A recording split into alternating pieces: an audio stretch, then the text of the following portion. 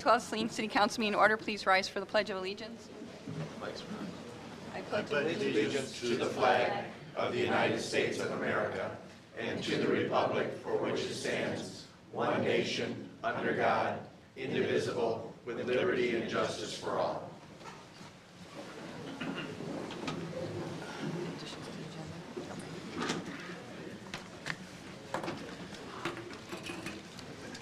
Okay, we have an agenda tonight in front of you. Do we have a motion to approve the agenda as submitted? So moved. We have a second? Second. Move Morrow, second Peters. All in favor, say aye. Aye. Opposed? Motion carries. And we do not have any absences, so we'll move on to presentations. We have a few presentations tonight. We're excited to welcome our students, visitors, and guests from Lindenberg, the teachers. And I know you had a Thanksgiving dinner already. We're jealous. So hopefully you want to come up and Bettina, or who's going to do the presentation? Bettina. She's going to say a few words. Introduction. Do you want me to get the microphone? Good evening. My name is Bettina Hobs, and I'm the German teacher in Saline High School and Middle School. We are here tonight to thank the mayor for establishing a sister city to Saline with Lindenberg, Germany, exactly 10 years ago now. And Saline High School and the German program has greatly benefited from it through the high school exchange program. And we are now hosting the 5th visit from the Gymnasium Lindenberg. The German students have prepared a small presentation for you. That's great. Yes, hi, I'm Catherine, I'm the German teacher, and I just would like to introduce Annika and Nadine, and of course Amelie, who did the presentation on Lindenberg, and I'm sure quite a few of you have been over to Germany, and maybe some of you have been to Lindenberg. We need the So microphone. if not, We need a microphone because we're televised, so we need to, because otherwise people can't hear you. I didn't know about the television. Oh, hello again. I'm not used to using a microphone, but anyway. I would like to introduce Amelie, Nadine, and Annika, who did the presentation on Lindenberg. And, well, some of you have been over, I guess. If not, just enjoy the pictures about our beautiful area and city. And if you have any questions, just feel free to ask any of the German students.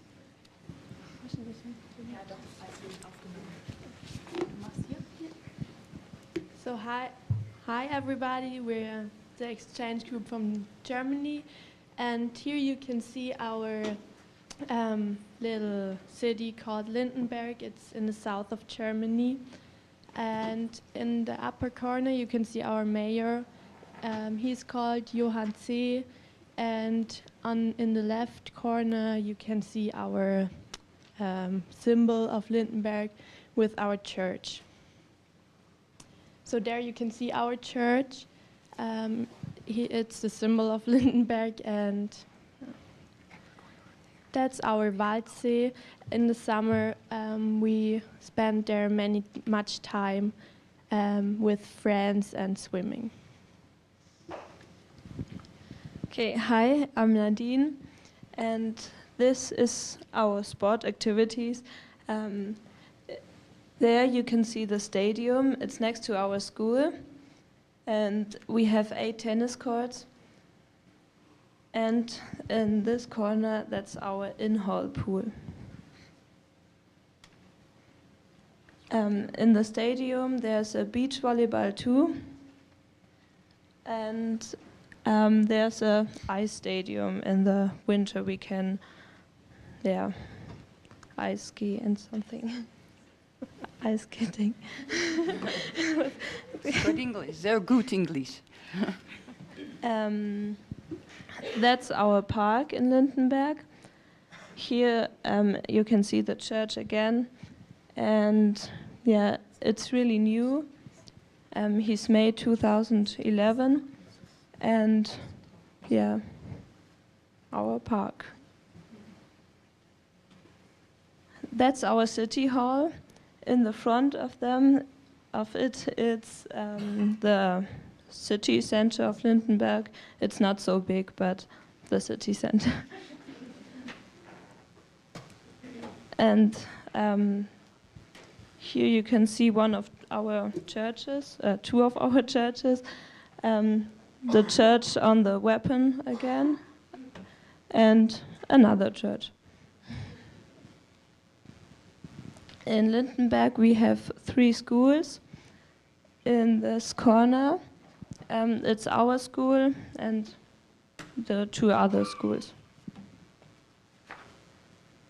Thank you for your attention.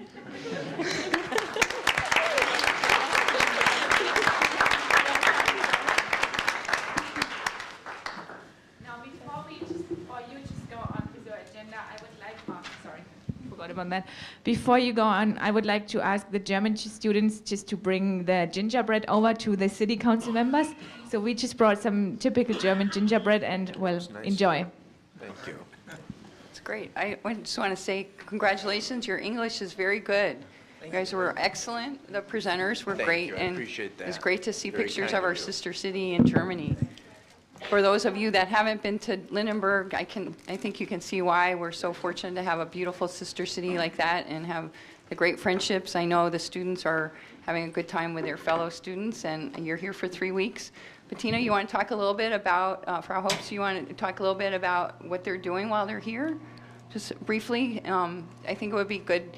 We do have an exchange that goes back and forth, an adult exchange, and I know Councilmember Roth has gone over, and also Councilmember Gearbaugh was one of the first visitors when we did our exploratory visit over there. So, but you spent a lot of time, Bettina, on this partnership. You were on the committee, and you also do a lot of work to prepare for the students' visit, and you also go over with our students. So I think it would be good for the people here and also in the community to know more about the work you're doing for this relationship. Well, it's my pleasure to do it because it's as you could see, it's such a beautiful place, just nestled in the heart of Europe, really, and it's so close to Austria, Switzerland, France, Italy, and in and of itself, it's just a very beautiful place in Germany. Yes, I just feel that it's an important part of my profession, and I just want this extension of what I do in the classroom. So this year we usually have a Saline tour with including the fire and police departments, depot, museum, one-room schoolhouse visit, which usually Jim Roth organizes for us, and he also organized a trip to Niagara Falls, which we are going on tomorrow for 2 days. That includes just the students from Germany. We usually do attend a tailgate party before a football game, Saline High School football game, and that's on Friday. Next week we will have an arbor tour, and we go to the Coleman's Corn Maze, and on Friday we'll go on a one-day trip to Chicago with the students from Germany and also quite a few students from the German program. So it's like it's a group of 50 students who have that opportunity to go to Chicago and go on a walking tour to see the architecture of in Chicago. The German my students will actually see a Mies van der Rohe tour, and the students from Germany will just admire the American architecture in Chicago. We will pay a visit to Liebherr. We always do that, of course, because it's in great parts thanks to the Liebherr connection that the sister city with Lindenberg got established.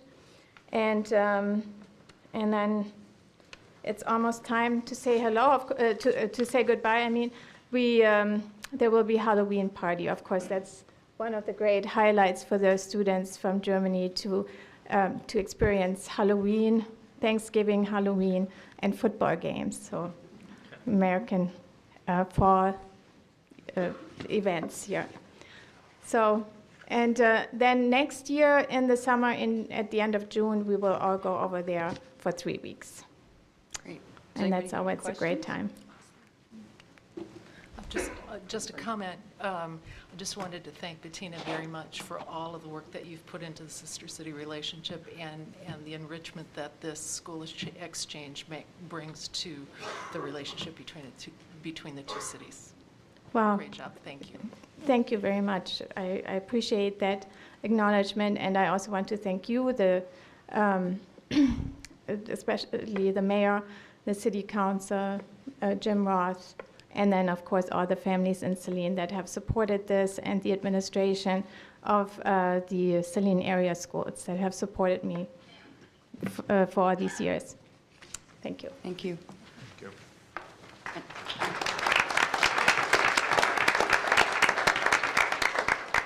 I also wanted to, I was remiss, Councilman Tahar has also been to our sister city, and so has our city attorney Grossman, who's also hosting one of the teachers, I believe.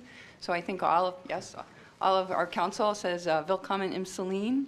So have a great time here and a good trip home, safe travels, and welcome.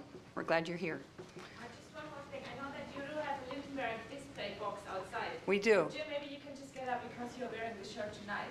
Oh, goodness. So in case you would like to put that in the display box, just feel Okay, free. that's great. So that's the one every kid, German American, should have. So just in case you would like to put it in. Well, thank you so much for continuing. It's great to see you again. Good to see you. Thanks. That's great. Okay. The next presentation we have is Carla Scruggs, our Parks and Rec Director, is going to present the Green Thumb Awards.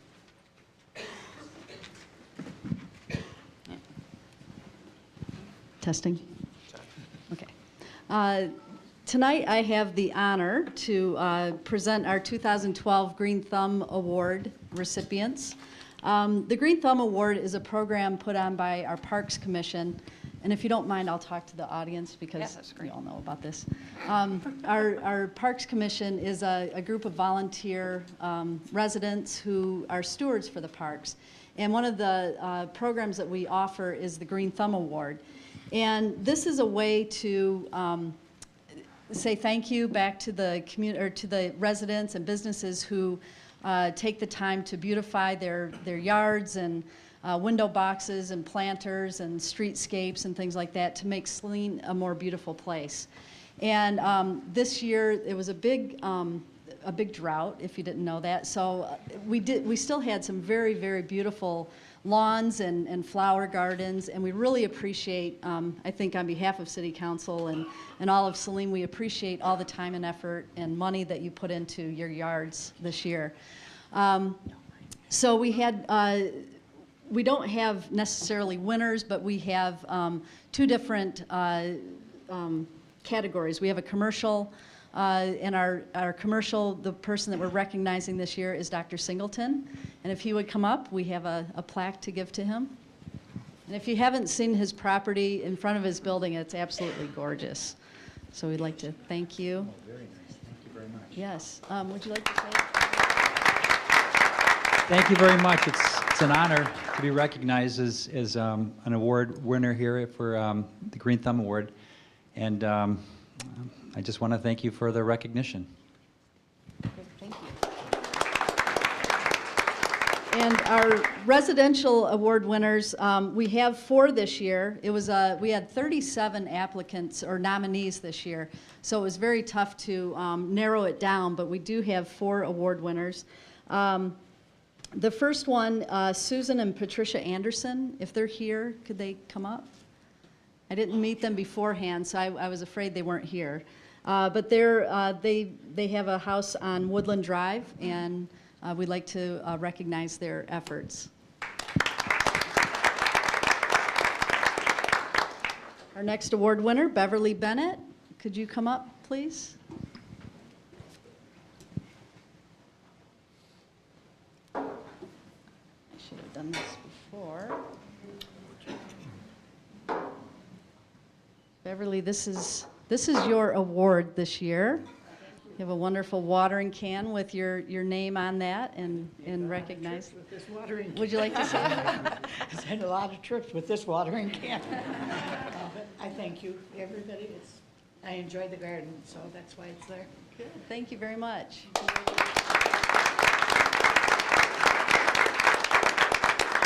And I understand Beverly Bennett is Mickey Joe Bennett's aunt.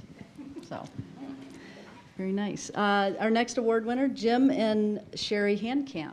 Could you come up? And their house is on Mill Street.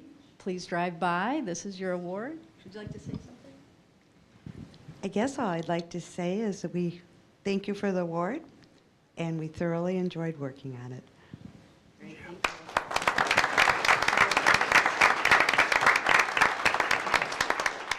you. And our final award is for Harold Hill. Could you come up?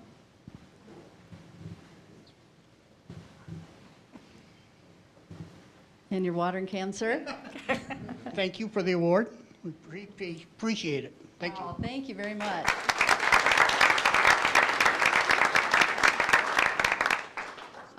So that concludes our award presentation.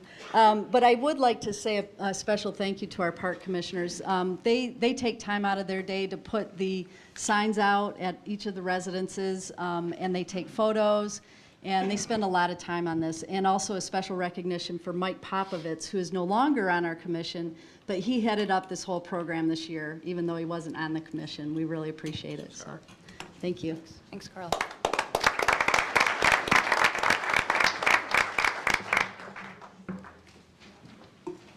Thanks a lot. It's a great program, and I know everybody on both sides really enjoy, the Parks Commission really enjoys it. I know the community really has a good time identifying gardens around the neighborhoods, and we're very fortunate to have so many houses that take so much time and cares, especially, as Carla said, in a year this year where we've experienced so much drought. It's extra hard.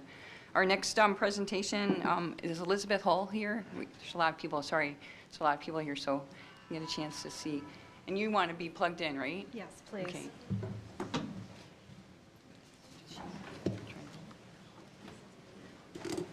So Elizabeth's going to talk about senior services and sort of give an overview of the opportunities to help out seniors. Tim, can you put the screen down, please?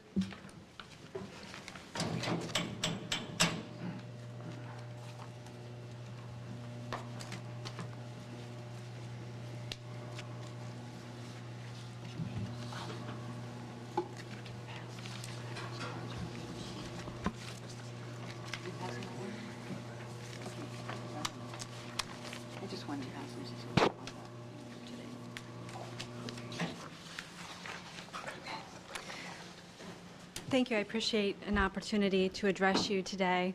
My name is Elizabeth Hall. I'm the project manager for the Blueprint for Aging. Yeah, I don't think your mic's on. Is the mic's on? Can you hear me now? Yep. Okay. I wanted to thank you very much for an opportunity to speak a little bit about the services that are available to older adults within the Saline area. My name is Elizabeth Hall. I'm the project manager for the Blueprint for Aging. The Blueprint does not provide direct services, but rather we look at systems level change within the community. So we help to convene the stakeholders that are working within senior services and help determine what are the most important issues that we need to be thinking about as a community and as a county. We're on the verge of a tremendous change. Projections are that by 2030, adults over the age of 60 will actually triple within Washtenaw County. There's already a great demand on the services that are available, and with this increase in the population, we're likely to experience a greater demand for services, especially as we look at caregiver-related issues. We'll have a younger population that is taking care of children and also hoping to help the older adults within their family. SEMCOG has projected that by 2030, Saline will actually have one and a half times as many seniors as school-aged children. And that's important not because of the idea of trying to value one over the other, but rather that seniors are part of a family unit. And again, this is going to be a caregiver issue, that individuals that are hoping to care for their loved ones are also raising children at the same time. The Blueprint has worked with a number of partners to look at some of the basic needs and the priorities that allow an older adult to remain independent and safe within their own home. Aging in place is going to become even more important as we begin to see the baby boomer population move into the senior generation. So there are 5 areas that we look at: housing and home safety, health, financial issues, caregiving and social support, and mobility and transportation. Each of these things can impact someone's ability to age in place and do that successfully. My goal today was not to be able to tell you about every single service available. There are far too many within Washtenaw County to do that in a brief period of time, but I wanted to give you some ideas of some of the key resources that an older adult or their loved ones watching this tonight could contact if there are needs in that area. The first has to do with housing and home safety. So the Housing Bureau for Seniors provides a wide variety of housing-related assistance to older adults within a county. And I have a phone number up there so that anybody that's facing either an eviction, possibly a foreclosure-related issue, property tax-related issue, they would be able to call the Housing Bureau for help. Also, Neighborhood Senior Services, which is a program of Catholic Social Services, provides home repair and maintenance to older adult homeowners within the county that are 60 years and older. For health care, one very important thing for folks to be aware of is the Medicare Medicaid Assistance Program. And this is a particularly important time. Actually, today, Part D open enrollment began and will run until December 7th. So this is a perfect time for anybody who has a Part D program to take a look at their medications, whether or not the current plan they're enrolled with is the best one for them. And the MMAP program can help somebody do that. They'll do a review of their current coverages, and for older adults that are lower income, they will also see whether or not they qualify for additional assistance to make their health care more affordable. Under health and nutrition, again, there's 2 options locally. Home-delivered meals, and anybody who's in the need of home-delivered meals could contact the Saline Senior Center. They provide meals, a hot lunch for $2.50, and also a white sack supper for 50 cents. And that is provided Monday through Friday, excluding holidays and snow days. In order to be eligible, you must live within the Saline School District. If you fall outside that area, they can work with you to find out who would service your area for you. They also do a fun thing on the 2nd and 4th Wednesday of every month, and they have a bunch for lunch where a group of people get together, and that's another great opportunity for not only nutrition but also socialization. Again, caregiving, social support, community resources, this is a very important thing. The Resource Advocacy Program, part of Catholic Social Services, has social work resource advocates that will work with an older adult and their family members to sort of do an assessment to determine what types of needs there are, and then to help that family match up with the existing services within the area. This is a great first call. If you're not exactly certain where to begin, this is a great place to start. Again, transportation is often a struggle for individuals. There are 2 really great options. Jewish Family Services provides transportation to older adults, 60 years and older, within Washtenaw County. It's based on sliding fee scale, and their transportation is open for a variety of issues. So you can get to the grocery store as well as to a medical appointment. Again, medical transportation program through Senior Services, a program of Catholic Social Services, provides transportation to medically related appointments. That's open to individuals that are 60 years and older within Washtenaw County, and it's also provided on a sliding fee scale. Financial issues, particularly around the legal issue, is always an issue, especially as we see older adults struggling along with everybody else with our current economic climate. The Legal Services of South Central Michigan offers a wide variety of assistance. They can help with living wills and power of attorney, but they can also assist with eviction-related issues, benefit issues, and if there's a legal issue that falls outside of their scope, they're able to provide referrals to other legal resources within the area. There are also two wonderful resource directories. You have a copy in front of you. I'm also going to leave a stack available, but the Senior Resource Directory for Washtenaw County is available if you call the 734-712-7775. One could be mailed to you, but it's also available online on the Catholic Social Services website. It has a pretty extensive list of the different services available to an older adult and their family within the county, broken down by category, so it makes it an easy way to use it. Also, the University of Michigan, the Geriatric Center, has a wonderful online resource with a drop-down box. So again, if you're looking for resources within the community, it's a great place to start to help your family member. And lastly, while again, the Blueprint for Aging doesn't provide direct services, we do a number of things, and we like to ensure that people have a clear sense about aging-related issues. And so if you go to our website, we have rolling RSS feeds on information highlighting not only local and national, but international issues of aging, so that, again, as we move into this new realm with a larger population of older individuals, that we're prepared for that. Thank you so much. I appreciate your time. Great, thank you. Does anybody on council have any questions? Mr. Rhodes? Not a question, but a comment. As a senior citizen myself, and have been for a number of years, I'm also a certified aging in place specialist remodeling contractor, and so I'm pleased that you're going out into the community and making this information more available to others. We do need to provide better services and care for our seniors. Thank you. I appreciate that. Thanks a lot. That was Thank you. perfect.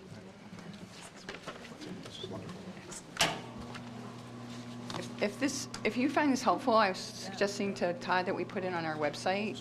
Yeah, Okay. it's a really good compilation. Yeah, so I'm on the United Way board now, and there's actually agencies around each area of concern for United Way, and this was one of the areas, and I thought there would be an opportunity to try to bring people that are working in the county and in our community to help, because we did have United Way present last year, but I think at the actual lead agency would be helpful to talk to us and also the rest of the community about what they do and some of the opportunities for accessing their services. So That's a quick question. What do they consider a senior? What age is a senior? I think 60 and up. It looks like she left. 60? I think it's 60 and up.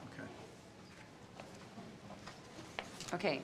So I think that's all our presentations. And then under citizen comments, under the Open Meetings Act, any citizen may come forward at this time and make comment or question on items that appear on this agenda. Comments will be limited to 3 minutes per person. Anyone who'd like to speak is requested but not required to state his or her name and address for the record.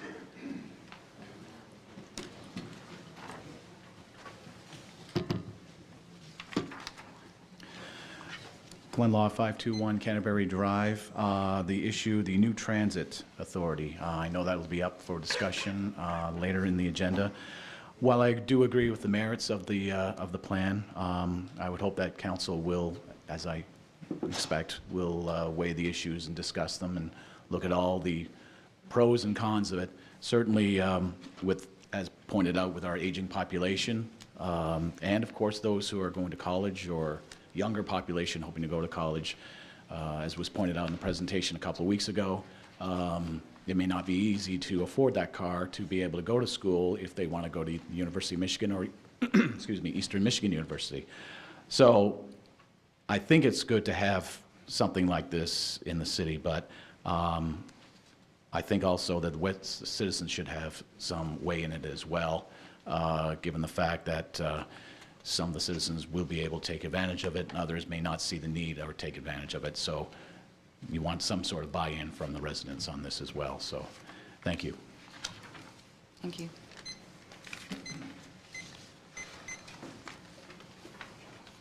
Good evening. Sal Randazzo, 640 Hickory Lane. I'd like to address a couple of issues that are on the agenda. With respect to the AATA, I want to say, first of all, I'm a member of Campaign for Liberty, and I've also worked at the We Can't Afford It group that helped to educate the voters on the bond millage, and that was defeated about a year ago. And people have asked me to come forward and of my own accord also to talk about this ATA issue. I'm encouraging the council to opt out. The reason is this is going to come to a vote, And it may very well be that if the council opts in by not taking any action, and the voters of the city of Saline vote against it, then council will have gone against the voters of the city of Saline. If you choose to opt out, there's always a chance later where you could introduce a local millage and you could opt back in. The ATA has offered that ability for communities to opt back in later, and that way you could go to the voters, you could get a majority vote. There's been some issues here recently where it says you have a history of going with majority rule. I'm asking you that you allow that you opt out in order to let the citizens of Saline to have the final say. Also, I'd just like to mention that you'll be in good company if you opt out. There's 10 communities at least within Washtenaw County, including Sylvan Township, Dexter Township, Manchester Township, Sharon Township, Linden Township, Bridgewater Township, Freedom Township, Village of Manchester. Chelsea is very seriously considering opting out. So you'll be in good company. I think the prudent thing to do, the wise thing to do, is to opt out. If the voters then vote against it, you'll have been on their side. And if they do vote for it, you can always opt in later by introducing a local millage that will fund it. I'd like to address another issue. That is under unfinished business. This was a sidebar, 1259. Apparently, I don't understand it completely, but some sort of fee for home-based business. As a citizen of the city, I mean, that just strikes me. Governments are instituted to protect liberty, life, and property. We have the rights. It's not the government that gives the rights to the citizens. The citizens have the rights. It's the job of the government to enforce our life, liberty, and our property. You can't take a right, turn it into a privilege, and then charge a fee for it. It should be the right of any citizen here to conduct a home-based business. You already have ordinances that make it not allowed to use a home address as a business to prevent any kind of traffic or anything that would affect neighbors. So to charge a fee for somebody who's selling shackly or working from home on the computer seems a supreme invasion of the state into the personal lives of the citizens. And again, you're here to represent the citizens, not the government. Thank you.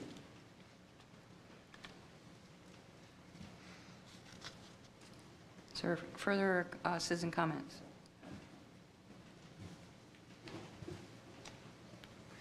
Okay, we'll move on to the consent agenda. The following consent agenda will normally be adopted without discussion. However, at the request of any citizen or council member, any item may be removed from the consent agenda for council discussion. Move to approve as submitted. Second. Move Road, second Terhar. All in favor, say aye. Aye. Opposed? Motion carries. Under public hearings, item 12, 152, application for a new IFT with Kunststoff Technik Schurer and Trier USA. This is a motion to acknowledge receipt of the September 28, 2012 memo from Administrative Finance Assistant Borkman regarding recommendation on IFT application from Kunststoff Technik Schurer and Trier USA Incorporated. We have a motion. Acknowledge receipt. Second. Move Girba, second Terhar. Mr. Campbell. Thank you, Madam Mayor. With the various changes at City Hall, we do the teamwork approach now. So, as you mentioned, as the mayor mentioned, the memo from Kathy Korfman referenced Sheer Trier qualifies for a 7-year IFT for equipment purchase amount of $3,251,167. They're current, and I apologize, I'm not positive if someone is here from Sheer Trier. Oh, thank you, because I know Darrell wasn't going to be able to make it. When we did meet with the Special Projects Commission, on the application you'll see it says 135 jobs, creating 25. The way Darrell explained it at the Special Projects Commission is that they've essentially created all those jobs already as part of that. That's the basics. I'm certainly happy to turn it over to the representative from Sheer Trier. That would be great. John McNulty, excuse me. John McNulty from Sheer and Trier. new to this. Daryl kind of threw me into it. He was out hunting today. Don't know if you have any questions or not, but yeah, it is, you know, we are approaching the employment numbers already. I don't do the payroll, but I do know they're ramping up for all the new equipment with Ford and stuff. We are ramping up, and I think we are approaching our target to be providing Ford with the new parts. When we had our Special Projects Commission, we asked Daryl if someone could come, because it's also an opportunity for all council and the community to learn more about your company, what this actually is for, the project. And sort of just a little... Staff accountant here. Well, I've only been there a few months. We do plastic injection molding, and we supply probably, I know Ford, Mercedes, BMW, Volkswagen is the main companies that we supply. We're what they call a tier 1 supplier, and it's like plastic trim pieces, interior and exterior, and the new equipment is what they call the CD4 program for Ford. It's the plastic triangle up by the fender on the Ford Fusion, and also the Lincoln MKZ, I believe. And then we also do some of what they call appliques for the trim on the doors. And like I say, for Volkswagen, we do a lot of interior trim, like your finish, you know, the wood grain finish on the inside. But that program already existed. The new equipment was mostly for Ford. Okay. Does council do you have any questions? Mr. Rhodes. Not a question specifically relating to your request. It's more of a general statement about how we deal with tax abatements. And there's been some discussion about this in the past, but I see that apparently we're still doing it, and that is the relating of dollars to jobs for personal equipment. And under the current culture scenario, those things don't relate. Oftentimes more expensive equipment is purchased in order to reduce the number of employees required to create the same amount of production. And so I would strongly recommend that we consider moving away from that 50,000 per job calculation, because it adds a lot of points to the request and it's not necessarily valid. And then the second thing is that our standard agreements, the only clawbacks that we have is if the company discontinues their manufacturing process completely. And it seems to me that we should also have clawbacks in there if promised jobs are not created, or if equipment that is covered by these abatements is transferred out of the plant or sold off or traded in on newer equipment as time goes by. That may be too difficult to try to track, but we're kind of on an honor system here anyway. And I would like to see the system change to where the individual company making the request for the abatement states a specific number of jobs that they expect to create as a result of that abatement over a certain period of time. And then I'd like to see our agreement change to adjust the clawback. And again, this is not a reflection on you at all. This is general philosophy that I have. I think that would be, we could do a work session or something on that, because it's not really, I understand your concern, but. Just wanted to get it out there on the record. Is there other discussion, questions for the applicant? Thank you very much. Thank you.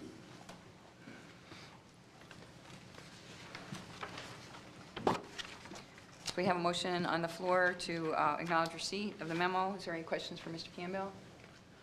If not, all in favor say aye. Aye. Opposed? Motion carries. I have a motion to open the public hearing affording the applicant and tax units an opportunity to be heard. So moved. Second. Move Gearbox, second.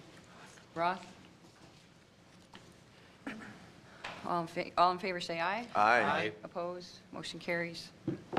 Public hearing is now in order. Is there any public comment to this application? Move to close the public hearing. Second. Move Morrow, second Gearbox. All in favor say aye. Aye. Opposed? Motion carried.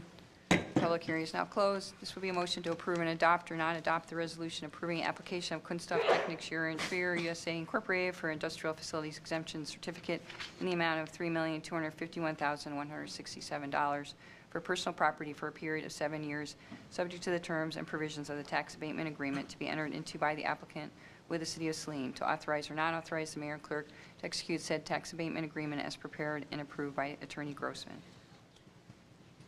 You have a motion? I'll move to approve and adopt and authorize. Second. Move Rhodes, second Peters. To approve and authorize? Correct. Discussion. Mr. Gearba. I'd like to confirm Mr. Rhodes' comments similar to that effect, that I would like to see that addressed to in a work session, but also the issue about air pollution and wastewater quality. Since a lot of the businesses that are coming forward on tax abatements do not have these aspects of their operations any longer, we're providing significant points, even almost 2 to 3 years additional tax abatement based on something that really isn't part of their processing or their production. And as we're looking as things get tighter and we're looking for revenue to support the city, I agree that I'd like to have these investments occurring here, but we need to be a little more, I think, straightforward in looking at ways that we can treat everyone a little more effectively, but also look at other areas in which we could encourage through either energy efficiencies or other new ideas or innovative processes that would be more beneficial to the community. So is there any further discussion on the motion? We have a motion to approve and adopt and authorize. All in favor, say aye. Aye. Opposed? Motion carries. The point has been taken by the clerk, and we'll make sure we schedule a work session for that. Item 12-153, application for transfer. Well, first of all, I'd like to say thank you to Sherry Trier for continuing to invest in the community. I know you had a big facility expansion last year, and we are glad to hear that you're getting new business and your business is growing, so congratulations. Item 12-153 is application for a transfer IFT Klingenberg Oerlikon Tech Center Incorporated. This is a motion to acknowledge receipt of the September 28, 2012 memo from Administrative Finance Assistant Korfman regarding recommendation on transfer of IFT certificate number 2011-393 from Klingenberg Oerlikon Tech Center Incorporated. So moved. Second. Move Gearba, second Terhar. Mr. Campbell, are you? Yes, thank you, Madam Mayor. This is, you may recall, not too long ago, Klingenberg Oerlikon came before the council to ask for this IFT for this particular piece of equipment, the amount of $738,825, which was awarded and approved. Now they are temporarily going to be relocating from their current address, 1465 Woodland Drive, to 115 East Henry, a portion of the former Sun Engineering building, and so it simply is a housekeeping. I mean, it's already been awarded, I believe, for 7 years, and it would continue to be, but because they're changing location, they need to have this transferred from one address to the other. And I think I have some folks from the business to comment as well if they're interested.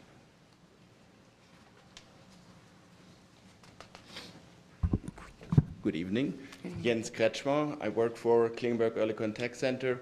We're moving out. We're right now in the process moving out of the Liebherr facility on 1465 Woodland Drive. Temporarily for 2 to 3 years, we're going to move into the Sun Engineering building downtown with the plan of building at one point on Woodland Drive. We bought a piece of land there, and down the road we're going to probably build a facility down there to have our own building then. Right now there was a split between Klingenberg and Liebherr, and that's why we move out. Right. So are there questions for the applicant? Just curious, with this transfer, there's no change in the dollar amount of your original abatement request or your investment? No, there's not. I'm sorry. Okay, so it's exactly the same. Thanks. Yeah, that's Any other questions for the applicant? Okay, thank you. Thank you. So we have a motion to acknowledge receipt. All in favor, say aye. Aye. Opposed? Motion carries. And then we need a motion to open the public hearing, affording the applicant and taxing units an opportunity to be heard. So moved.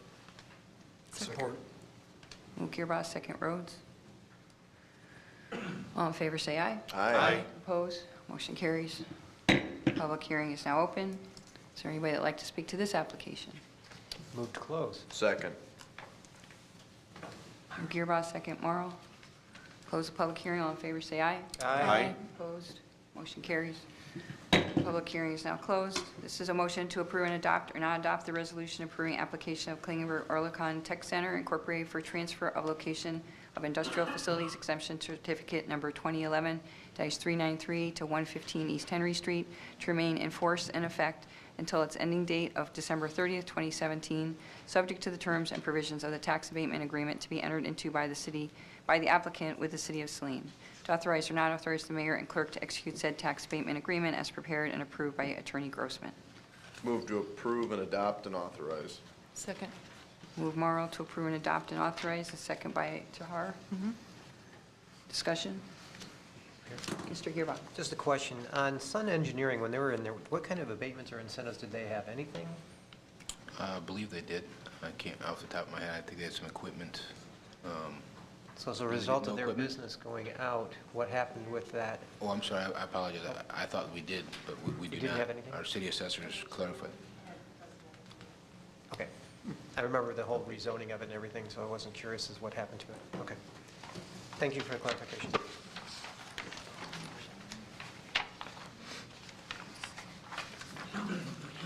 Is there further discussion on this motion? All in favor to approve and adopt, say aye. Aye. Opposed? Motion carries. Good luck with your move, and we do really hope that you do something with that building that you bought. I know the Planning Commission, we saw the plans, and we're very excited about it. So thanks for your continued investment in the community. Item 12-154, this is the application of Faurecia Interior Systems Saline LLC for extension and transfer of IFT certificate number 2006-539 from ACH LLC. This is a motion to acknowledge receipt of the September 28, 2012 memo from Administrative Finance Assistant Corfman regarding recommendation on extension and transfer of IFT certificate number 2006-539 from Automotive Component Holdings LLC to Faurecia Interior Systems Saline LLC. Move to acknowledge receipt.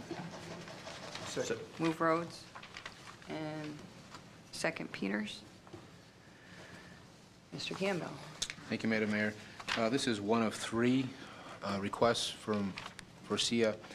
Dave Borziak is here. There he is in the back. Representing Faurecia. The first one is a personal property one, the 2006-539 certificate number. And it's formally, again, ACH. They're requesting to be transferred into Faurecia name as well as extended in additional 6 years. They did, and just as a point of interest, all three of these did qualify for the maximum 12 years when they were first applied for, whether it was in 2006 or 2008. And ACH certainly have the reasons for not taking the entire 12 years.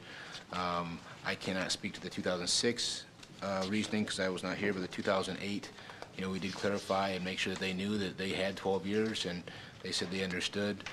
But at that point, they were still wanting to sell it, and so in any case, while we recommend they accept ask for the 12 years that they qualified for, that they just went for a shorter term.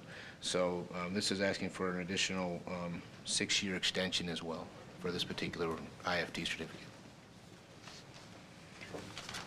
Any questions for Mr. Campbell? Mr. Roth. Since they qualified at that time in 2006, it would be nice to see the qualification list attached to this IFT, so we would be able to see what points were scored and if they applied today. That's an unknown factor, and I think we should be the here and now time. Mayor? Mr. Gearbox. Yeah, I'd like to have because of the reduction of 635 jobs from the point that we're reading, I'd like to know how we adjusted for that, or how many points we gave them on the original abatements for job qualification. I can't answer that specifically. What I can answer is it has been the policy historically that for any transfers that the original job numbers were not part of the equation. So that's why it's not before. But that's my understanding how we've handled for the last several years. But it doesn't prevent us from considering. No, absolutely not. Absolutely right. That's correct. Mr. Roth? I also have some concerns listing of the items listed and estimated, if they were all purchased, if they all have been purchased, all purchased according to ACH's agreement. And the next question is, were all these items purchased by Forcia? I'm not too sure if these items would match up properly, and it's a concern that I have. Is this the current items we're looking at or items of the past? We actually had an extensive conversation, Mr. Roth, Catherine Scull, our city assessor, and I earlier today. So, Catherine, if you wouldn't mind, if it's all right, Mayor, to try and address in a little bit of detail on those concerns that we just, that would be terrific. She can, in better layman's terms. Okay. People have had issues with this earlier. I'm sorry, Ms. Roth, would you mind Tim, it's too loud now. It was too soft, now it's too loud. Just right. I can stand back. I'm sorry. Hello? You're That's first. better. It's still echoing a little bit. Well, my concern is that the items that's listed on the original request, if they all have been purchased by ACH, and if these items have been purchased by Forcia at this time, or are we talking about different items? Since they're asking for an extension to make a 12-year extension, I think that should be considered, because ACH might have looked at the life of it being for only 4 years, and now they want to add on another 8 years. That's my concern. I can state that fairly recently, with regards to this particular IFT that's before you right now, this was actually a 2006 certificate, so that was closed out a few years ago. And I don't have all of the lists with me here, but I can say that for the other two that are before you next, those are 2008 certificates, and we just closed those out during the end of 2011, and we reviewed it very thoroughly prior to July Board of Review in 2012. And the process is to actually look at the original equipment list that was part of the application and then compare it to the final completion certificate, the final list that they provide. And that list is actually a statement of this is what we actually purchased, this is when we purchased these items, and this is what the actual purchase price was, which is in comparison to the application, which is really a laundry list. This is what we expect to purchase, this is when we think we'll purchase, and this is the estimated cost. So I did get that, and that's something that we request, and it's a requirement of the State Tax Commission. I will say that for each of the applications that you have before you, the application is to transfer the dollar amount that was originally applied for. So that is a requirement by the State Tax Commission. They're just actually, what they're requesting is a transfer of the certificate. So it's basically a request to transfer the certificate as it was originally applied and originally granted. So that equipment list. For the 2012 assessments, I can say that you have before you on the 2006 IFT that is first of the three, the application lists an amount of $19,444,070 of personal property. As of December 31st, 2011, what they actually filed as still remaining here and was included on their personal property return, they listed a remaining amount of $18,632,566. That is the cost new of the equipment before we depreciate it using the multipliers and then take half of that for an assessed value. So the amount that was applied for was just over $19 million. The amount that is still there as of December 31st was 18.6 million. Mr. Roth? I have some further questions. You used the terminology closed out. Since it was established in 2006, they asked for 4 years. That makes it 2010. Now it's 2012. Are we reinstituting the certificate after it's been closed out? Oh, no, no, no. My common sense would say we should get a new certificate. No, no, no. Okay, that was my mistake and maybe not clear terminology. It's part of, and it's part of the language in the IFT packet that you have, and on the application, it's a requirement that within 2 years after the date that the certificate was awarded, or within 90 days after, so whichever comes first, either 90 days after the project is completed, or 2 years after the date the certificate was awarded, the taxpayer is required to file a completion certificate. So when I say final or closed out, I'm just saying that was the completion certificate, their final list to me, that we then also forward on to the State Tax Commission, that again details what they actually spent versus what they applied for. Okay, I want some more clarification then. In 2010, ACH didn't receive any benefit from the certificate since they only wanted for 4 years. It lied dormant for 2 years. Now we want to resurrect it again? Is that correct? No, it's been in effect. All 3 of these certificates are in effect, and they are receiving the benefit of the abatement through this year, 2012. They are due to expire December 30th. This one is a 6-year. The original one was 6 years. This one. Well, I heard 4 someplace. The other 2 that she was talking about that are after this, but this current one is 6 years. So it's currently in effect. All of them are currently in effect. Yes, they're all in effect. They're due to expire this year.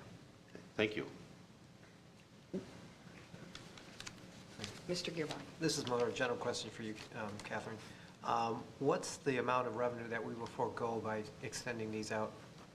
Do we have a ballpark figure that you could give to us? Well, of course, the personal property is going to depreciate each year.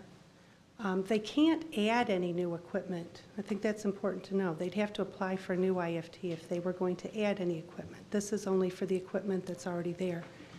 So it will continue to depreciate each year, so it's a little difficult to carry that, forward out too far. Very simply, they're receiving a half tax break. So they are, if they would be paying twice the tax bill that they are now, if they didn't receive this abatement. Right, and I'm just kind of getting an idea of what a mill, based on a mill, and what we would end up having to shift over onto our taxpayers. I'm sorry, I tend to think more in values, and I'm all prepared with dollar amounts for values, but I don't have tax bill dollars. Okay, thank you. No, I know what you're meaning. I'm tend just trying to to look at leave that a to dollar Mickey figure to share, Joe. because I know there's expectations that everybody's going to pay their fair share, and as a result of recent business cut taxes and other incentives that have been provided, I think all communities are reconsidering and looking at this as to what really is a fair portion. Thanks. Mr. Rhodes. Ms. Scull, just to confirm my understanding here, each year the value of that tax abatement will change. It'll decrease as equipment is depreciated? Yes. Okay. And then how do we, is there a method to verify that the equipment is still on site and in use once a year or over some period of time, or is that dependent on the manufacturer's submittal of the information?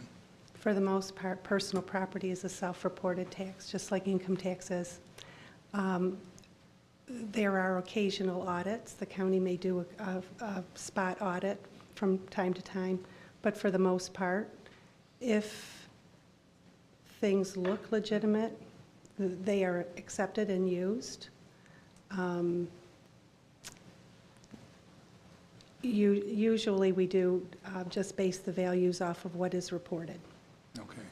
And then what I believe to be my final comment on these 3 is in the lease, which is attached to the last one, there's an Exhibit N, which is referenced. but not attached, which authorizes the removal of certain pieces of equipment. And also, ACH has a right to remove certain pieces of equipment. Is there a way to verify that the equipment that we're granting abatements for is not that which is removed, or if it is removed? Again, I'm assuming we rely then on the gentleman from FIRSEA to report that. Yes, and regarding the personal property, it's not unusual that companies remove equipment from time to time, or they substitute or whatever. So that's totally expected. As far as the lease that you referred to, I did speak with Mr. Campbell, and I think that does, I don't have that exhibit that was referred to, and that is something that I would like to see. And I do think that as it pertains to that particular IFT, I think the last on your agenda that has the real property portion to it, I think that that some additional language may be helpful. I think that I certainly believe that the city should be made aware of their plans if this were to be approved. What was going to take place with the building. It is possible to maintain one portion or the other, and down the line, if they are not using a majority or the building, or if they've scaled back substantially, then down the line it might be something whereby the real portion might be revoked. Okay, thank you. And I'm hopeful that FIRSEA continues to grow and utilize more and provides more jobs, but that's not what we have evidence of at the moment. Thank you. Mr. Campbell. Madam Mayor, thank you. I apologize. I don't have the scoring, but the reference, Mr. Gearback's question, I believe, as far as the employment, I do have ACH when they applied for those three, as far as what they, and the other thing to remember is, typically speaking, these equipment purchases they're typically involved in a project, like a certain line, whether it be the Fusion or Ford Fusion or whatever it might be. So, just as a point of interest, the 2006 says, for this particular project, numbers of existing jobs at this facility that will be retained as a result of this project, 430. Number of new jobs at this facility expected to be created within 2 years of project completion, 0. And then the two for 2008, one is number of existing jobs at the facility that will be retained, 330, with the creation of 180 new jobs. And then the third IFT, the other 2008, retaining of 70 jobs with creation of 210 more jobs. And so I know Mr. Borziak is here, and certainly if he can answer questions, can talk about the number of employees. I mean, that's been presented at, when Mr.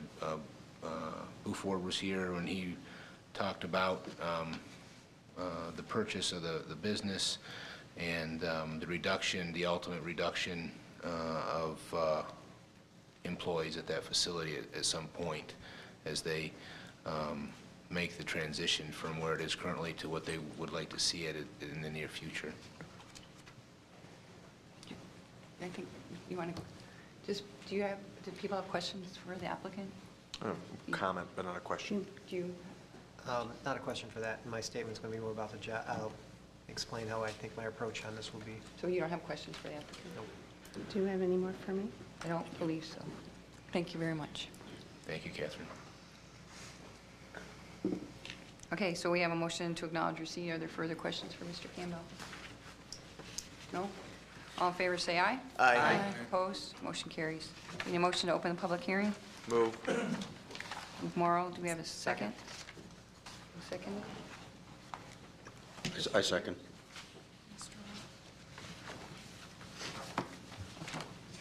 For a motion and a second, all in favor say aye. Aye. Opposed? Motion carries. Public hearing is now open. Is there anybody that would like to make public comment to this application?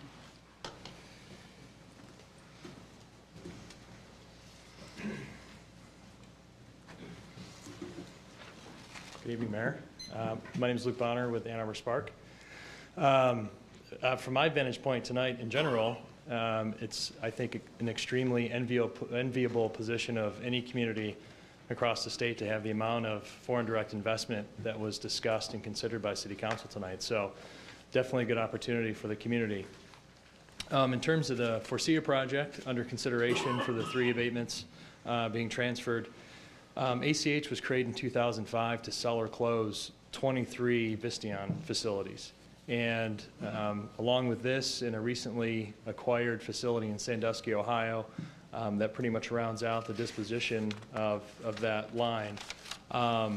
We at Spark see a tremendous opportunity with this project in particular, considering the alternative could be a closure by ACH, and nobody wants that type of facility in their community and have to deal with that over a long period of time. Forcia is one of the top Tier 1 auto suppliers in the world and growing. There's tremendous opportunity for more growth here as they basically acquired the book of business for ACH for Ford, which doesn't preclude them from going after more business at this location. I had a nice meeting last week actually with Ford Land about the project here. They obviously are extremely invested into Forcia at this facility. They very much are optimistic about future growth opportunities. Our CEO, Paul Krutko, was in Paris this summer and met with leadership from Forcia and discussed the city of Saline, discussed the opportunities here, and hope that there's more opportunity to come in the future. So a good sign, good, I guess, show of faith in terms of a long-term partnership arrangement between the city and a global supplier like Forcia is definitely offering this type of financial support in the transfer of the abatements. And then hopefully that sends a good signal back home to France that Saline, as it is known, is definitely a welcoming community for investment, particularly foreign direct investment. So we are at Spark definitely supportive of this opportunity, and thank you for having a chance to talk. Thanks. Is there any other public comment? We have a motion to close the hearing. So moved. Morrow, second, Kirby. All in favor say aye. Aye. Aye. Opposed? Motion carries. Public hearing is now closed. This would be a motion to approve and adopt or not adopt the resolution approving application of Forcia Interior Systems Saline LLC for transfer and extension of industrial facilities exemption certificate number 2006-539 for an existing facility for a total project cost of $19,444,070 when extended to remain in force and effect for a period of 6 years through December 30th, 2018, subject to the terms and provisions of the tax abatement agreement to be entered into by the applicant with the City of Saline. To authorize or not authorize the mayor and clerk to execute said tax abatement agreement as prepared and approved by Attorney Grossman. Move to approve and adopt and authorize. Move Morrow, do you have a second? Second. Second Peters, discussion. Mr. Morrow. Thank you, Mayor. First of all, I want to speak to this motion specifically, but in a broader sense to the two following motions as well. As chair of the Special Projects Commission, obviously, and as the mover of this motion, I enthusiastically endorse it as I do for agenda item 12-155 and 12-156. And as you can see from the minutes from our previous Special Projects Commission meeting, both, or actually all three of the transfers, and that's really key here. These are transfers. These are not new IFTs. They are transfers from ACH to Forcia, were approved by the Commission unanimously. And I have to say, and I appreciate his comments, I couldn't agree with our friends from Ann Arbor Spark more. This is an important investment, and although far from perfect, I appreciate what he said about the alternative, and the alternative may well be an empty facility, which would be absolutely devastating to this community. So I think that the adoption, the approval of these three agenda items, as our friend from Ann Arbor Spark indicated, sends a strong message, hopefully, to France that Saline's open to business and that we welcome additional investment into our community. So again, as the mover and as the chair of the commission that recommended these transfers, I enthusiastically endorse this motion and the two subsequent ones. Excuse me. Thank you.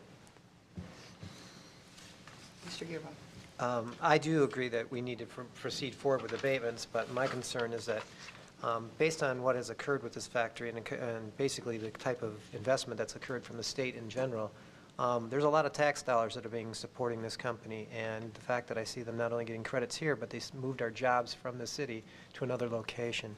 And as ACH was the one that applied for the original abatements and had promised to not only maintain jobs, but create jobs, I think that because of this transfer that there should be some type of adjustment related to the loss of all those jobs. I don't see moving this forward at a full 12-year abatement overall seems appropriate unless they scored 1,000 points and that we have a few points that would adjust it and still keep it above the 666 amount or whatever it was.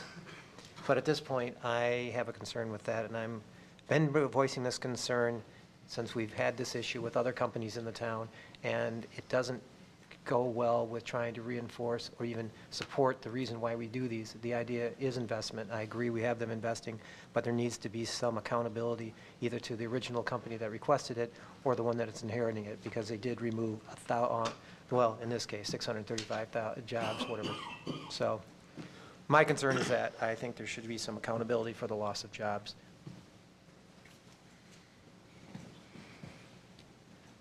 Mr. Roth and then Mr. Rhodes. My concern is the basic principles of the IFT. It seems to set up that every community is competing against each other for employment, and we all need it, and I'm glad for C is here and appreciate it. But I think that there should be some fairness to the taxpayers, and I think like what Councilman Gearbolt referred to.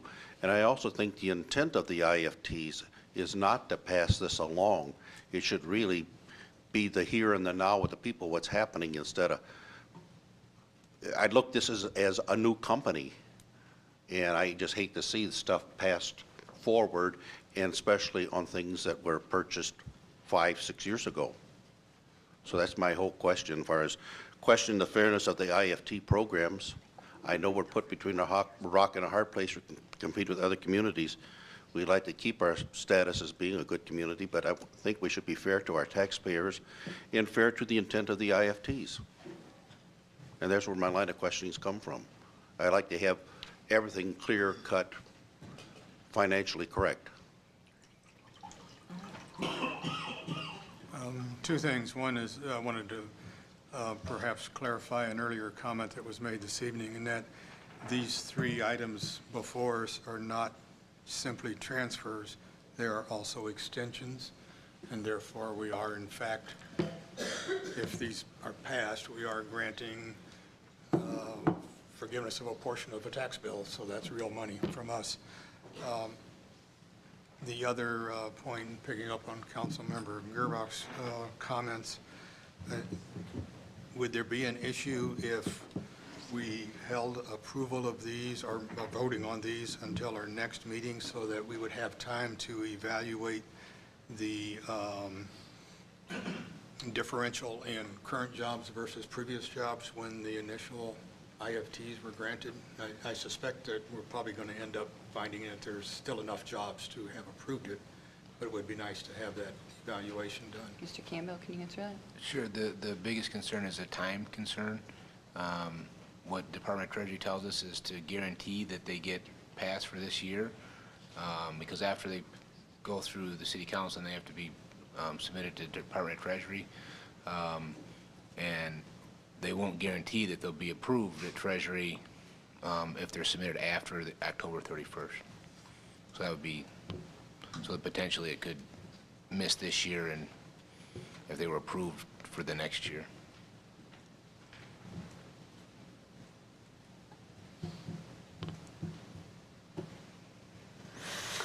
Additional discussion?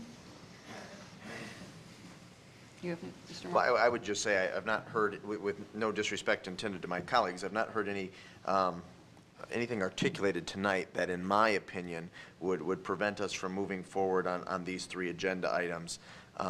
Additionally, the questions and concerns that have been brought up, as valid as they are, I think, as the mayor has indicated earlier, could be addressed and dealt with at a work meeting, probably including both City Council and the Special Projects Commission. But again, as I indicated earlier in my comments, and I would, of course, echo the sentiments just expressed by our city manager regarding timelines with the Michigan Department of Treasury, it's really vital that we move forward on this. This is a major employer in our community, and you know, this is an incentive for them to stay here, and as the gentleman from Spark indicated, hopefully in the future expand. So, Ms. Tahar. A question of clarification, perhaps. Under the original IFTs to ACH. Would there have been any consequences resulting from a reduction of jobs under the original IFTs if that had happened? I believe that's why they only went for so the plan was to sell or close, and I believe that's why they only did it through the period they were going to either close or sell. And that's because there wouldn't therefore be a reduction in jobs because they were closing or selling, and they wouldn't have the abatement any further. If you understand the logic of that. I don't know. Mr. Campbell, you can. Right. There's not a clawback provision based on loss of jobs. Some of you may recall a few years ago we had a request from council because they don't have to necessarily report those jobs. There's not really a good mechanism to do that. So we actually contacted all of our local businesses here in Saline and asked them, you know, were they on schedule? And of course, that was during the really dark times when there was a lot of layoffs and companies were barely keeping their doors open and that type of thing. So some had met those requirements, some didn't meet those requirements, some had met those but then had to lay people off because of the economy. So it was a mixed bag, if you will. But certainly there were a number of those IFT recipients that had not met, whether maybe they had originally met but now they weren't at that level of jobs. But they were maintained. Okay, thank you.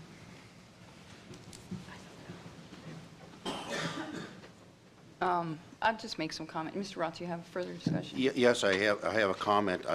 I don't like the salesman's thing is you buy it tonight because as I leave the price is going to change. That's putting the council members under a time crunch. If this was a time crunch foreseeable, we should have started this process much earlier. So the time crunch, I think, falls onto the applicant rather than we as council members, because we don't have the question answers, how much is really going to cost the taxpayers. We don't know many factors. We do know there's going to be loss of jobs. We don't have many of the questions we brought up haven't been answered. So I think that putting the pressure onto us is unfair. So I have a few comments. Is there further discussion?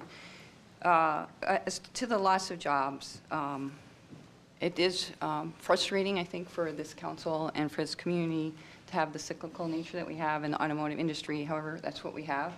We have a 1.5 million square foot facility with over 170 acres on this parcel of land. And we sat in these seats for a number of years wondering and waiting to see whether or not this plant would be bought. And during that period of time, I believe employment went down as low as possibly 700. I don't know if anybody on staff remembers how low the actual employment was in that plant, but it was low. The parking lot was pretty empty. And we were all pretty worried about what was going to happen. I don't know, for those of you that were on council, you remember that. And we changed how we did business in this community. We made major cuts to our budget, our employees, stopped capital projects. Across the board, we tried to find ways to accommodate the change in our economy due to the automotive industry.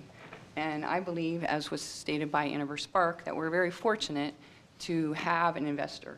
While it may not be an ideal investor, and I have been asked about that in the past, you know, how do we feel here in this community about having a facility that was at one point over 2,000 employees go down again, yet again?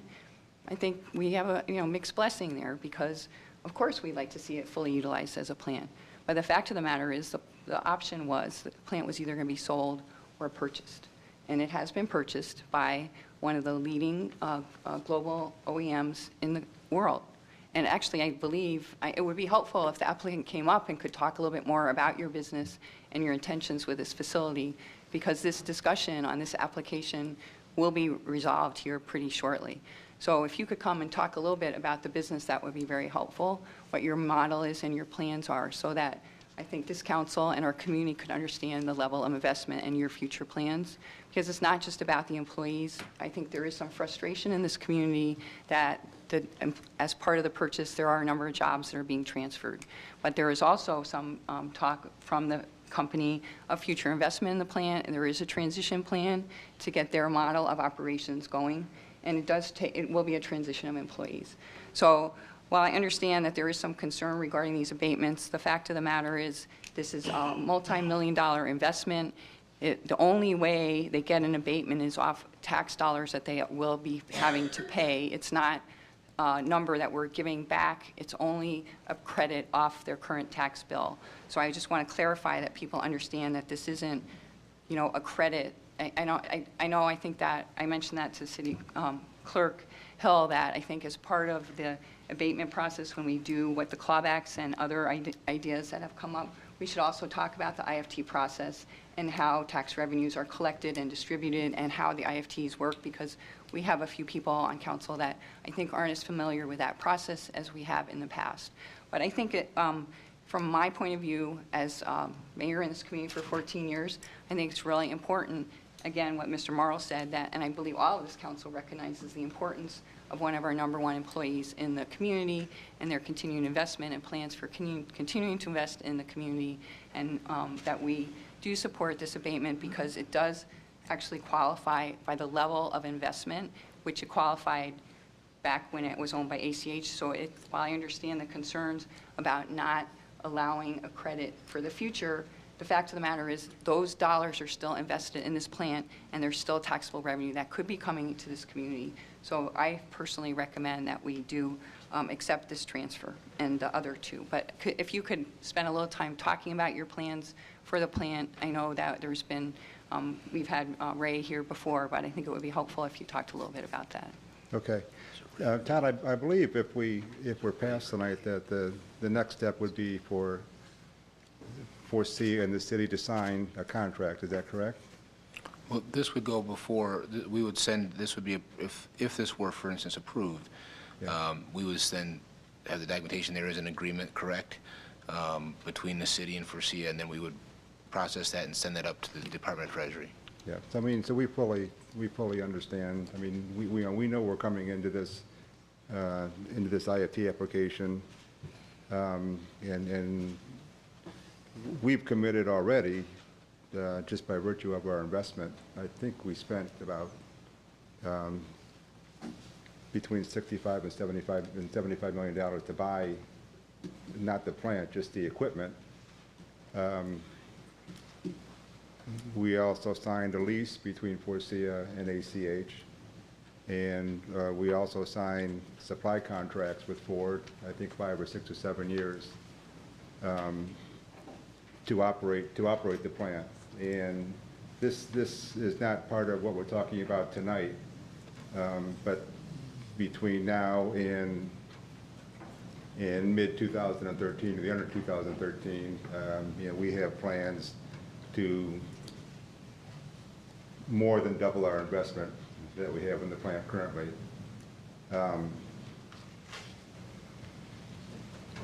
Right now, it's going to be 100% Ford, like it always has been. And we also, overall, we're the 5th or 6th largest automotive component supply company in the world.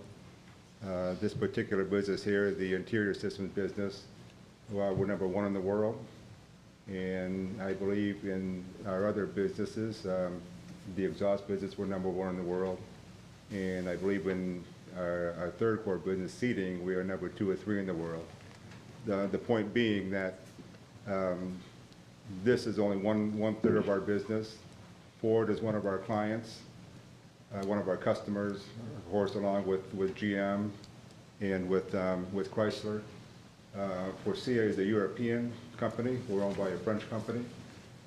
We have very, very strong relationships with the German car manufacturers, with BMW, and with Mercedes-Benz.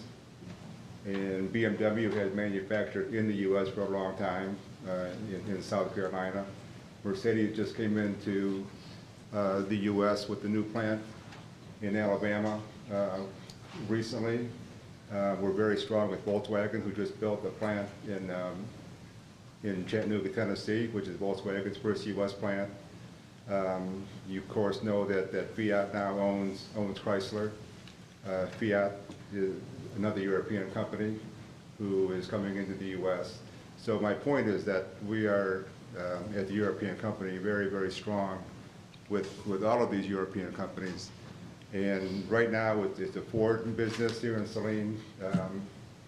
We're winning contracts with the European car makers, and we hope in the future that it's more than just a Ford business in Saline. We're hoping it's GM business and European business. That's our hope. We're asking for your support, and we're asking for a partnership. Just a question. In your IFT, and where it mentions that you're reducing the number of jobs went from 1,735 down to 1,100, will you be maintaining the 1,100 over the next 6 years? Yes. So if we put that as if we were to look at it and you ended up reducing it by 200 or 300 jobs or positions, we could potentially come back and say you didn't meet your terms? Well, my concern is, I don't have a problem doing this, but the idea is that we're trying to also support all the ancillary activities and things that work around here, not only our restaurants, our shopping centers, all of that.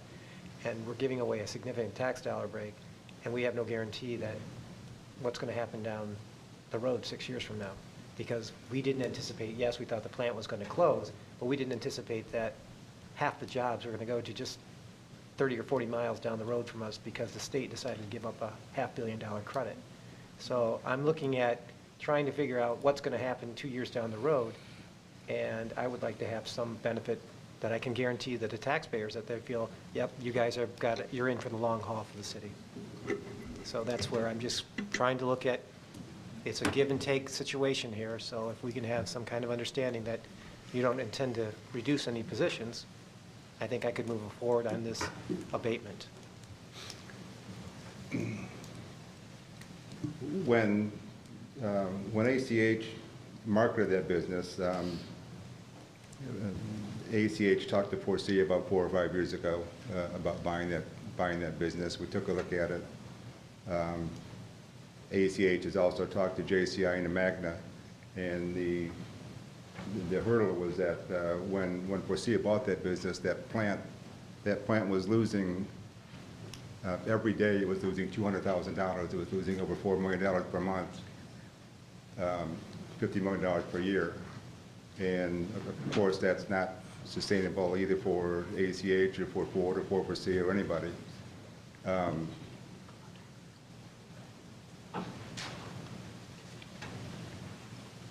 You know, we bought the business we negotiated with Ford on the understanding that you know, we can, of course, we can't lose that kind of money each month. You know, we have to make money, and we're hoping to make a half as much each month as the plant was losing under ACH. And part of it was the UAW negotiations. Part of it's going to be our investment, $65 million so far. Hopefully, we're going to double that within a year. And we're not going to invest $150 million in a business that we don't plan on being here long term. We don't have that kind of money to spend if we ourselves are not committed. That's good to hear, because we've had that kind of statement made by your former ACH and Ford, and they decided to close it within 2 years later. So, and they did put $100 million into the plant. So I'm trying to give some confidence in what we're hearing from you for the rest of our taxpayers and citizens that are supporting. Right. Mr. Rhodes. I'd like to say that, you know, there's no guarantees about anything anymore. if there ever was. And I don't really like the idea of tax abatements, but they're here and we have to work with them.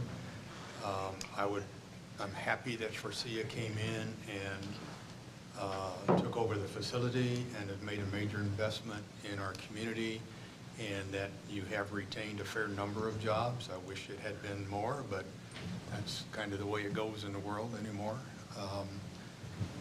So I will be supporting these extensions, these transfers and extensions. I'm glad to see a full parking lot out there. I smile every time I drive by and see all those cars. You know, next month in November will be my 12-month anniversary, my 12-year anniversary with Forcia. When I came in 2000, Forcia did not have one single employee in the state of Michigan 12 years ago, and I think now we're approaching 5,000. So I can say, well, let's look at the trend and let's hope we have 10,000 10 years from now. That's what we're hoping for. That's what I hope for too. I'd also like to point out in the tax abatement agreement, paragraph 1, the granting of this tax abatement, and all three tax abatements say the same paragraph, the granting of this tax abatement by the city to the applicant is made for and in consideration of the promise of the applicant to acquire the real and personal property set forth in the application, to retain and create the jobs set forth in the application, and to continue its existing manufacturing operation in the city of Saline through the additional period of time. So I would, that's a contract, and I believe that if that was not, the jobs were not retained, then that would be a violation of the contract. So I think we could revisit it at that point in time.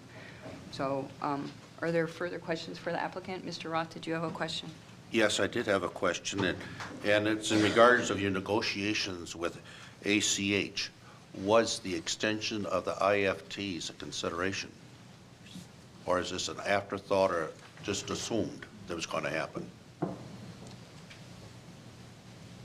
That's going to be transferred? Right. In your negotiations for SIA and ACH, was IFTs discussed? Was it assumed that they would be extended, or was IFTs even discussed, or is this something that you're looking at for as a business venture to reduce cost? Well, yes, they were discussed because. Well, then it comes where promises made for us. No, I mean, well, to answer the first question, yes, they were discussed because when Forcia and ACH looked at this deal for over a year, and what we were doing during that time was we were looking at every aspect of the plan of the business. Number one, to see if we could make it profitable, and so we went through a process for 12 months where ACH is providing information to Forcia on all of the operations, and of course, part of that information exchange was the IFT tax credits. Was there promises from ACH?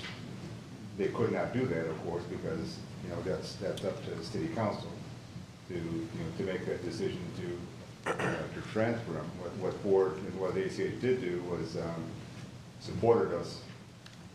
We had meetings, Todd, I think, back in the summer, back in the spring, and ACH promised to support us, to work with myself and work with Ann Arbor Spark and work with City Council. That's what they did promise.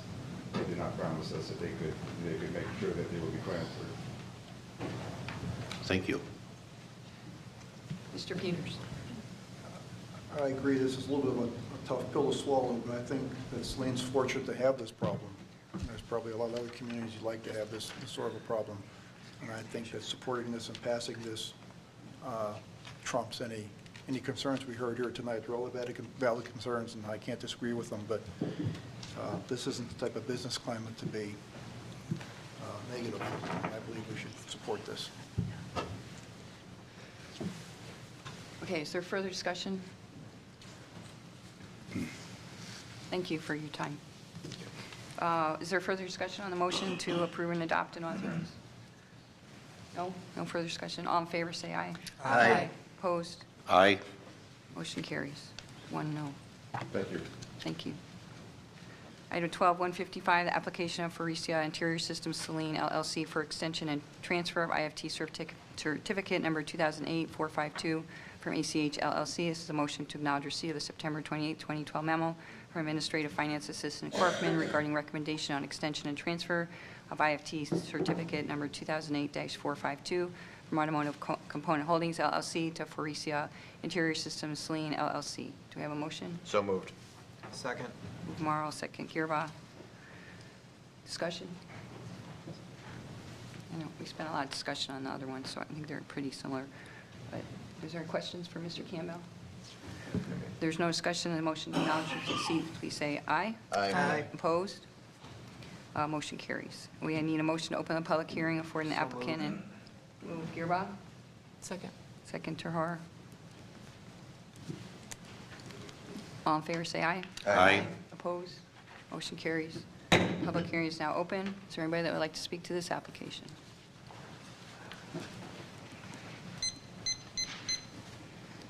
Mary Hess, and I am on this, was on the Special Projects Commission, and you will see my name quite often in moving or supporting.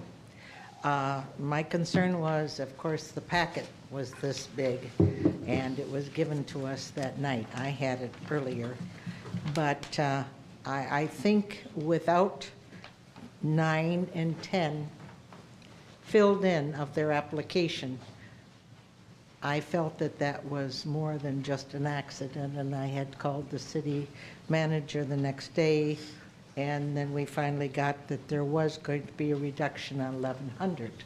So therefore, I personally have a concern. It may be a moot point because I think our personal property tax is going with the wind, but with the other tax abatement that this company received in an outskirts near Detroit, I think their promise has been that they will increase employees, and the gentleman that spoke that night said we will be, of course, reducing our workforce some more. And I think there's a commitment there that is going to have more tax abatements, and they are using these employees to make that. Excuse me, I'm sorry. And I really feel that this should be addressed because I know it's wonderful they're here and everything, but 1,100 employees lost and more than that, and not doing their paperwork, I don't like that. So I will remove what motions I had voted for. Is there any further public comment? Tim, I don't think, are you guys hearing this okay? Is it? Because it's really weird back here for some reason. Okay, don't do anything. Tim, just leave it, please. Thank you. Move to close. Thank you, Mr. Giron. So we have a second? Second. Second, Ms. Tahar. All in favor, say aye. Aye. Opposed? Motion carries. Public hearing is now closed. This would be a motion to approve and adopt or not adopt the resolution approving application of Faurecia Interior Systems Saline LLC for transfer and extension of industrial facilities exemption certificate number 2008-452 for an existing facility for a total project cost of $29,493,940 when extended to remain in force and in effect for a period of 8 years through December 30th, 2020, subject to the terms and provisions of the tax abatement agreement to be entered into by the applicant with the City of Saline. To authorize or not authorize the mayor and clerk to execute said tax abatement agreement as prepared and approved by Attorney Grossman. Move to approve and adopt and to authorize. Second. Move to her, second. Morrow. To approve and adopt and authorize. Discussion. If there's no discussion, all in favor to approve and adopt and authorize, say aye. Aye. Opposed? Aye. Motion carries. And one no. Item 12-156 is application of Faurecia Interior Systems LLC for extension and transfer of IFT certificate number 2008-566 from ACH LLC. This would be a motion to acknowledge receipt of the September 28, 2012 memo from Administrative Finance Assistant So Corcoran. moved. Move Gearba. Second. Second. Second Peters. Discussion. I would like to, Mr. go ahead, Ross. Mr. Ross. I have some concern here since they're this is the real estate, they're only leasing part of it, and they're looking at getting the extension of the entire property. What's happening to the other part? Some questions on that far as the amount. Right. So my big concern. when we get to the motion, I actually had checked with Mr. Grossman that we are going to be adding after Are we talking about the final motion here, Mayor? the motion, yeah, because it's a subject to annual review of property use by applicant. Would that be sufficient to address your concerns? Okay. So that would be subject to, in other words, we need to confirm that the applicant, as of today, or as of when this goes through, would be, well, would be the end of the year, right? That when you would be doing your review for the IFT. Right, right. So we would put that the tax abatement would be subject to an annual review of the property used by the applicant, so that if the applicant is not using the portion of the real property that is related to the tax abatement, they would not get the tax abatement, correct? And that would solve that situation for you, correct? Whether my question for clarification is, what amount is this going to be for this year? Well, I think that needs to be reviewed at the end of the year. That would be, Well, you're asking us to give a carte blanche, and we don't know what it is for this year. We should know, then here and the now. I'm talking, can you come up and That all we answer have how- as far how as the process report would- with, the saying, is it 50%, 100%, whatever it might be. But as it stands, we're approving the whole thing. As a review, we're not saying whether it's a percent of or so on. It needs to be more clarified than just a review. A review can be a statement made, and so we need to have some teeth in this review, or stating percentage of use, square footage, or something along that line. The way I read the lease now, they have full use of the facility. I think perhaps the gentleman from Forcia would be able to speak to that as to what they envision their future plans as to, you know, the full use of that building. Okay. Really have anything further to add, I'm sorry. Okay. I think the thing is we need to have some kind of mechanism to make sure that the city has an opportunity to be apprised of the change if there's a change in the use of the whole building. That's relative to this expansion of the facility. Yes, I do agree with that, and there should, I would feel Would that be that? more comfortable to have something stated in your resolution or... Is that sufficient, the amendment to the motion? Could you restate that? Yes, subject to the annual review of property used by the applicant. I can say subject to the assessor's annual review. Alan, do you have a comment? I think that would be satisfactory. Madam Mayor, if I might, does that, I mean, the concern that we had talked about, that Catherine and I had spoken about earlier today, was if it goes below, if it's that particular portion that's in the IFT, if that is no longer being utilized, then at that point, then at least that portion to be revoked. Right, so that... So if we had, my concern is that if it's just for annual review, well, what's the result of that annual review if the review shows that that portion is no longer being utilized? So Well, then it wouldn't be in place anymore. right, but I'm saying, so if we add that as in the condition, I guess is what I'm. But perhaps if I made Well, the an tax annual- abatement is subject to the review of the real property. That's what I was saying as part of the motion. So perhaps if I conducted an annual review and then reported back to special projects. But I do think it would also be helpful to know what their anticipated plans are, and that they should also be requested to provide us with notification of change the of use. possible changes in the building use. Okay. Could you answer that one question about how you're planning on using the facility in the next couple of years? Do you know yet?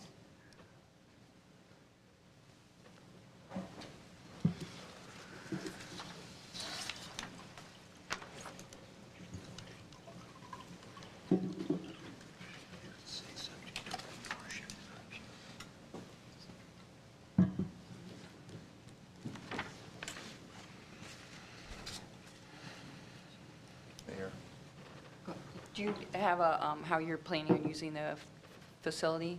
I'm sorry? A plan for the next 5 years on how you're planning on using the facility? A business plan? Well, yeah, operational plan. Or, because How you're utilizing the space. whether or not you're going to be using the space that we're abating, that's the question. And that's what our assessor's trying to find out right now. I mean, we've had it in previous meetings, and I'm sorry, I don't have it with me tonight, but I can send it to you. I can send it to you, and you can distribute it. I don't have it with me tonight now. If I might, Dave, I think the question is, from the meetings we've had, the discussion we've had, that is the intent at some point, is to reduce the usable footprint as Forcia's philosophy, right? To, you know, we traveled to the Fraser facility, the Forcia plant in Fraser, and they have a certain, you all have a certain footprint or process that you all prefer to use in Forcia's philosophy. So, and certainly, correct me if I'm not trying to put any words in your mouth. I'm just, as I understand it, and recall conversations, that there, the plan was or is that at some point after Forcia evaluates and makes that transition to your joint venture company and that type of thing, that folks have mentioned here about the job transfer and whatnot. But at some point there would be, unless new business were to come in, but under the current, until you some future time were to introduce maybe another division of Forcia, that the footprint would potentially be reduced from what it currently is right now. I guess what we're trying to figure out, I mean, part of the abatement that came from 2008 was all the truck docks that were added, which I imagine you'll probably continue to use, but what we're trying to verify is if we're actually abating revenues and you're not actually using that portion of the facility, that shouldn't be something that you should receive an abatement on, and that's really what we're trying to clarify. So I think it would be helpful to have a document clarifying how you're currently using the facility, and then we can, if you change how you use the footprint of the building, you know, it would be helpful if you could notify us, and then I think we would also be asking the assessor to do an annual update to the abatement process. But it would also be helpful if you, as things change or shift, that you notify us, because that is a possibility. Yeah, and I think that's not really something that you know, you're responsible for, so you probably don't have that information. But that portion of this total abatement is $13 million. That's us, out of the whole abatement request is $53 million, so it's a relatively small portion, but it's still an important, you know, value to us. So that's what we would like to do, is make sure that there's some accountability there if you're not actually using that portion of the facility. Okay, so I actually added from what the assessor suggested would be the abatement would be subject to an assessor annual review of property use by the applicant, and also notification by the applicant of a change of use of the facility. Is that sufficient? Okay. Yeah. And that way we could actually move forward with the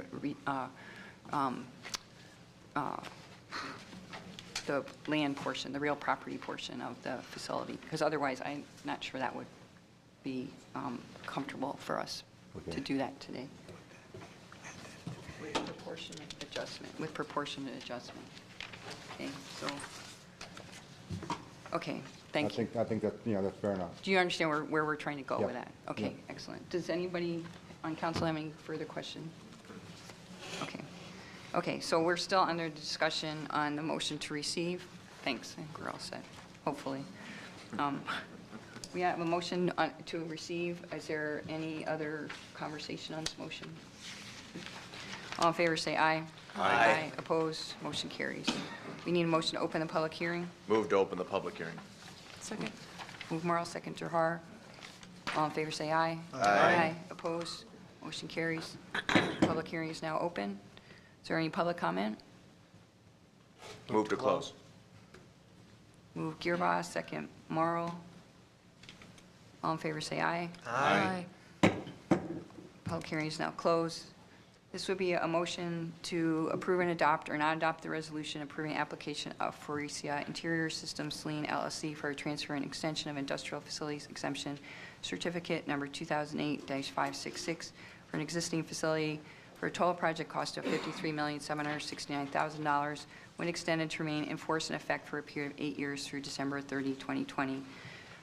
Subject to the terms and provisions of the tax abatement agreement to be entered into by the applicant with the City of Saline, and subject to an annual assessor review of the property used by the applicant and notification by applicant of change of use of facility with proportionate adjustments. And to authorize or not authorize the mayor and clerk to execute said abatement agreement as prepared and approved by Attorney Grossman. Move to approve and adopt and authorize. Second. Move Rhodes, second Terhar. Discussion. Does everybody understand what? I do understand, but I'm looking at that number, and you didn't add on the subject to approval or review. Yeah, I did. I think that could, I added it after City of Saline. Can the clerk read it back? yes, if you would, please. Okay, it's, moved Rhodes, seconded Terhar to approve and adopt or not adopt the resolution approving application of Freesia Interior Systems Saline LLC for transfer and extension of industrial facilities exemption certificate number 2008-566 for an existing facility for a total project cost of $53,769,000 when extended to remain in force and effect for a period of 8 years through December 30, 2020, subject to the terms and provisions of the tax abatement agreement to be entered into by the applicant with the City of Saline and subject to the assessor's annual review of property use by the applicant and also notification by the applicant of change of use of facility with proportionate adjustments. To authorize or not authorize the mayor and clerk to execute said tax abatement agreement as prepared and approved by Attorney Grossman. Thank you. Is there further discussion on this motion? All in favor say aye. Aye. Aye. Opposed? Aye. Motion carries.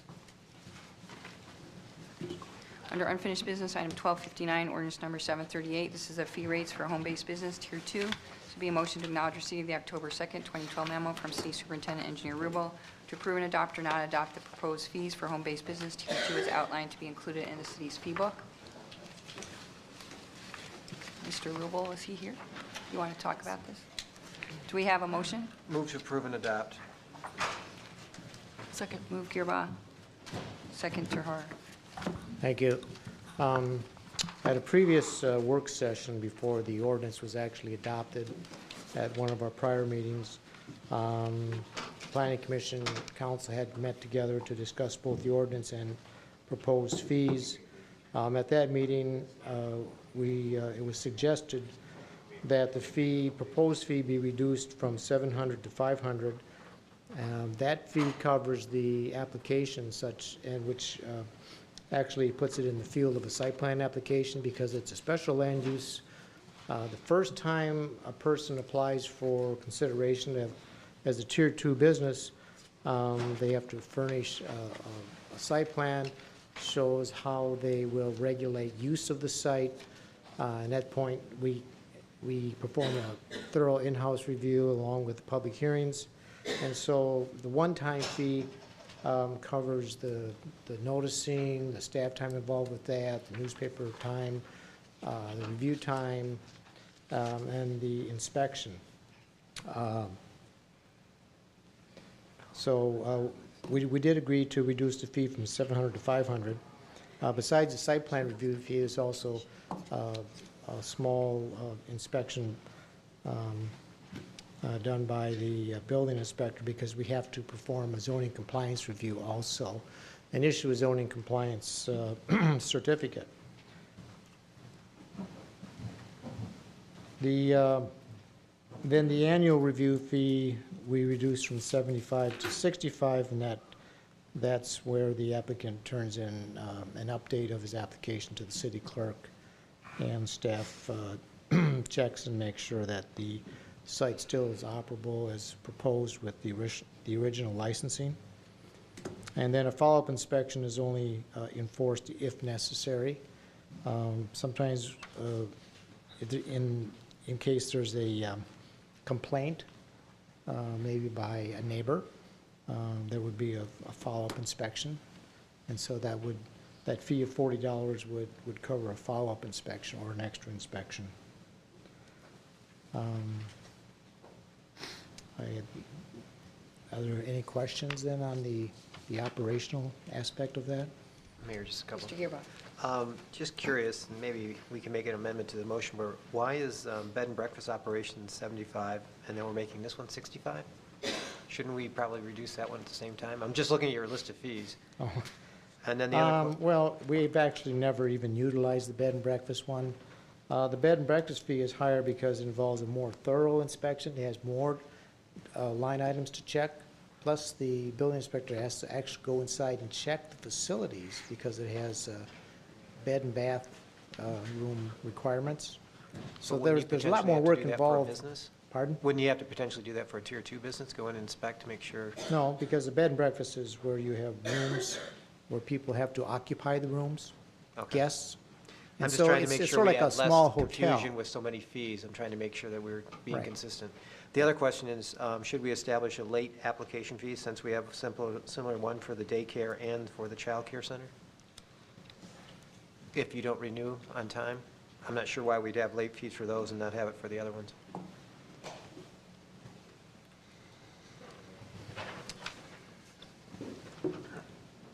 Well, I mean, we could introduce a general late application fee and apply it to all of the special uses that need an annual review and an annual reissuance of licenses.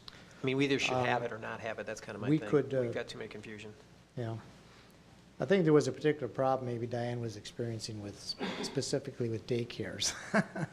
And I don't know if recall we're still that. experiencing Yeah, that. I remember that. And my concern is a similar type of thing with these home businesses. I want to make sure that they're complying, so we don't have as many complaints. Right. If you like, we can introduce the late inspection fee and make that $40 also.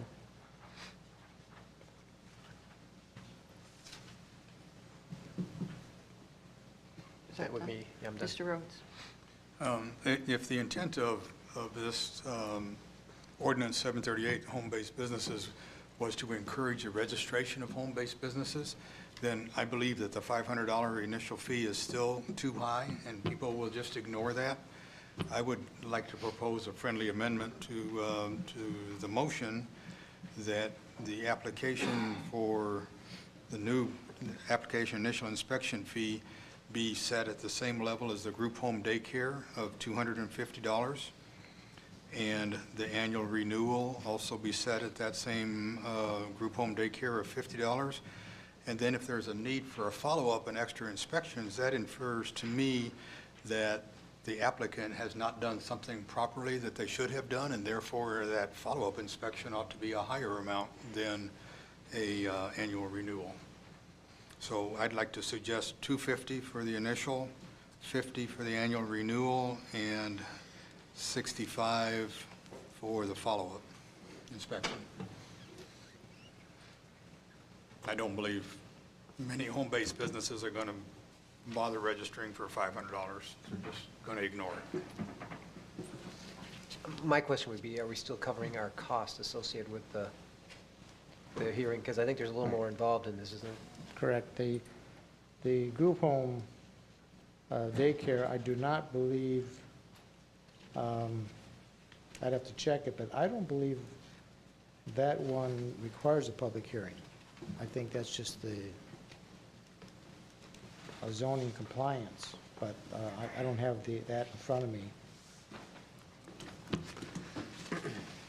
I agree with your other portions about the late fee and the aspect of the additional inspection. I just want to make sure we're covering our costs at the minimum. The $500 is kind of steep, but I just want to make sure that we're not subsidizing the operation. I had a question. I know we have an amendment on the floor, but I think we need more discussion. Mr. Ruhl, I asked Mr. Campbell, I don't know if, my apologies because I meant to ask you earlier, have you looked at other communities that have home-based business ordinance and what they're charging for fees? No, because there's probably variations in how they're governed and staffed, and the cost related to it may be different. So I work on the basis of what the fees, how the fees impact the community and the cost requirements of the city operations versus what other people do. Because it's not apples and, it's not apples and apples, it's apples and I just was oranges. wondering, because I know Doug Luan helped us with the ordinance, and it seems like, I agree with both gentlemen that I think we want to make this affordable so that there's Right. accountability, but at the same time cover our costs. So, I think we're trying to balance those two out. Mr. Rhodes? I would think that the approval of the home-based business Tier 2 application should fall under the administrative approval recently given to the superintendent and not have to go through the entire public hearing and planning commission meetings. Well, there was a lot of discussion on that, and I think you in particular were concerned that they might go in the wrong place, and the reassurance for that was that it was reviewed by the planning commission, came to the city council because of the impact one or two may or may not cause on adjoining properties. And I wasn't just like concerned any, about that issue. I have full faith and confidence in your ability to properly review applications for things of this nature, which would mean that it would fit under the $250 limit, and we wouldn't be subsidizing the applicants.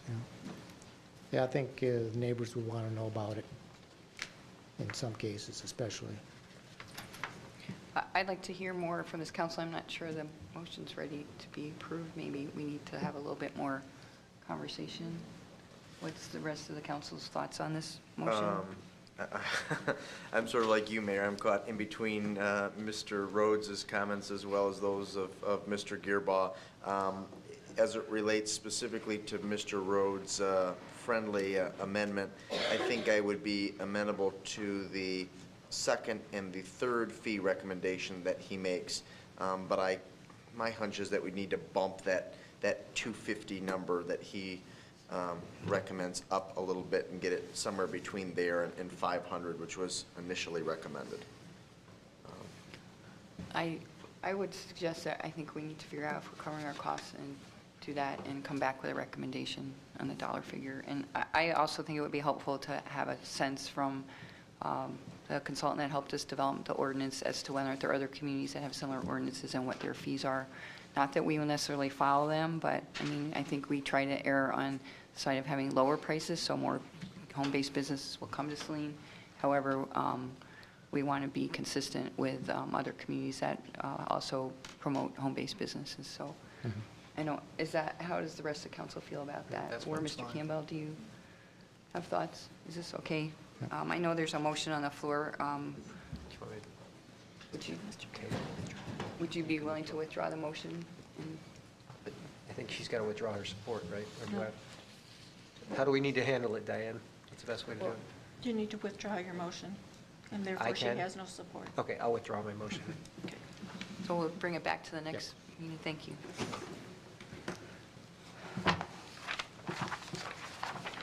What's the date? 11/13? Yes. Okay.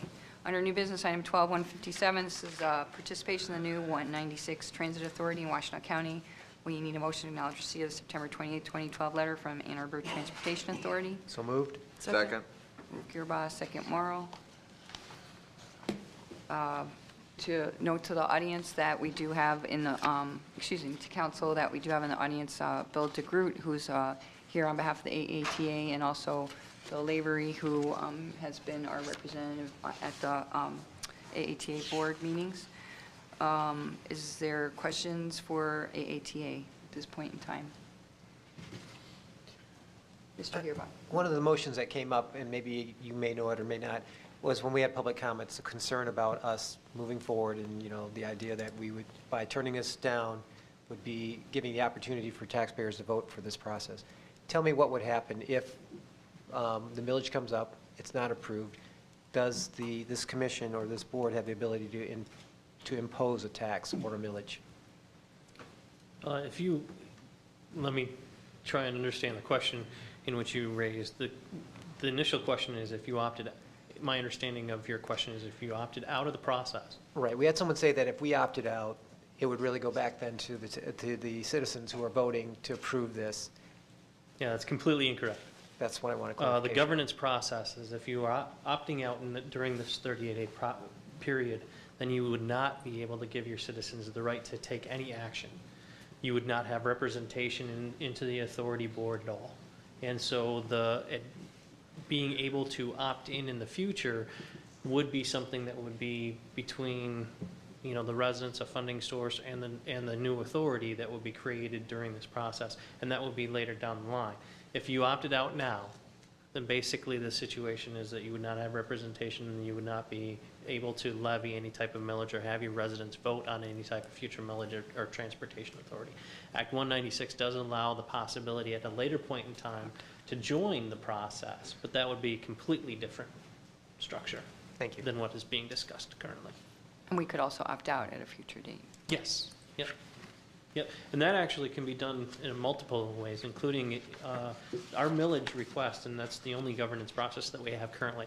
But our millage request is a renewable millage every 5 years. So this is going to be something that will be asked again in the same manner. Thank you. Mayor. Mr. Roth. For clarification, I want to make sure I have a clear understanding and the community has clear understanding. If we opt out now, our citizens wouldn't have a chance to vote on this period. That is completely correct. Okay. Yep. So if we want our voters, our citizens to vote, we stay in. Yes, Commissioner Okay, I Roth. just want to make sure that was clear. Yep. Any further discussion on the motion to acknowledge receipt? Mr. Peters. It's more a comment, and it's not so much that the ride won't do a good job. I'm just not so sure how many people in town will use this. We've already asked back in June people to pay $44,100 for People Express. That's for the elderly and people in assisted living to get a bus to the doctors, and I think that's great. But now we're asking $60 per household per year, plus the fee to ride the bus. I'm not so sure this is a good fit for Saline. I know there's a lot of people here that support it, but I've talked to people in town that aren't interested, and they say they probably would not ride it. Myself, someone who's ridden public transportation to and from work for years, I didn't find it particularly, I'd rather drive if I could. I would not prefer to take public transportation. I think a lot of people feel like that. So I'm not so sure it's a good fit for Saline. I would suggest that we talk to other communities that use it and see how they feel about it. But again, nothing against the ride, but at this time I won't support this motion.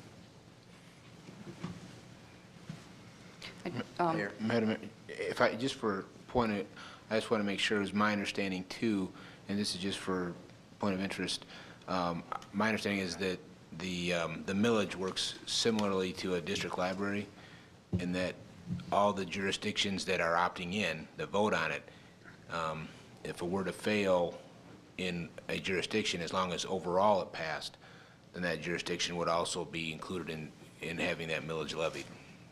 That was the way it was explained to me by AETA. And that is correct.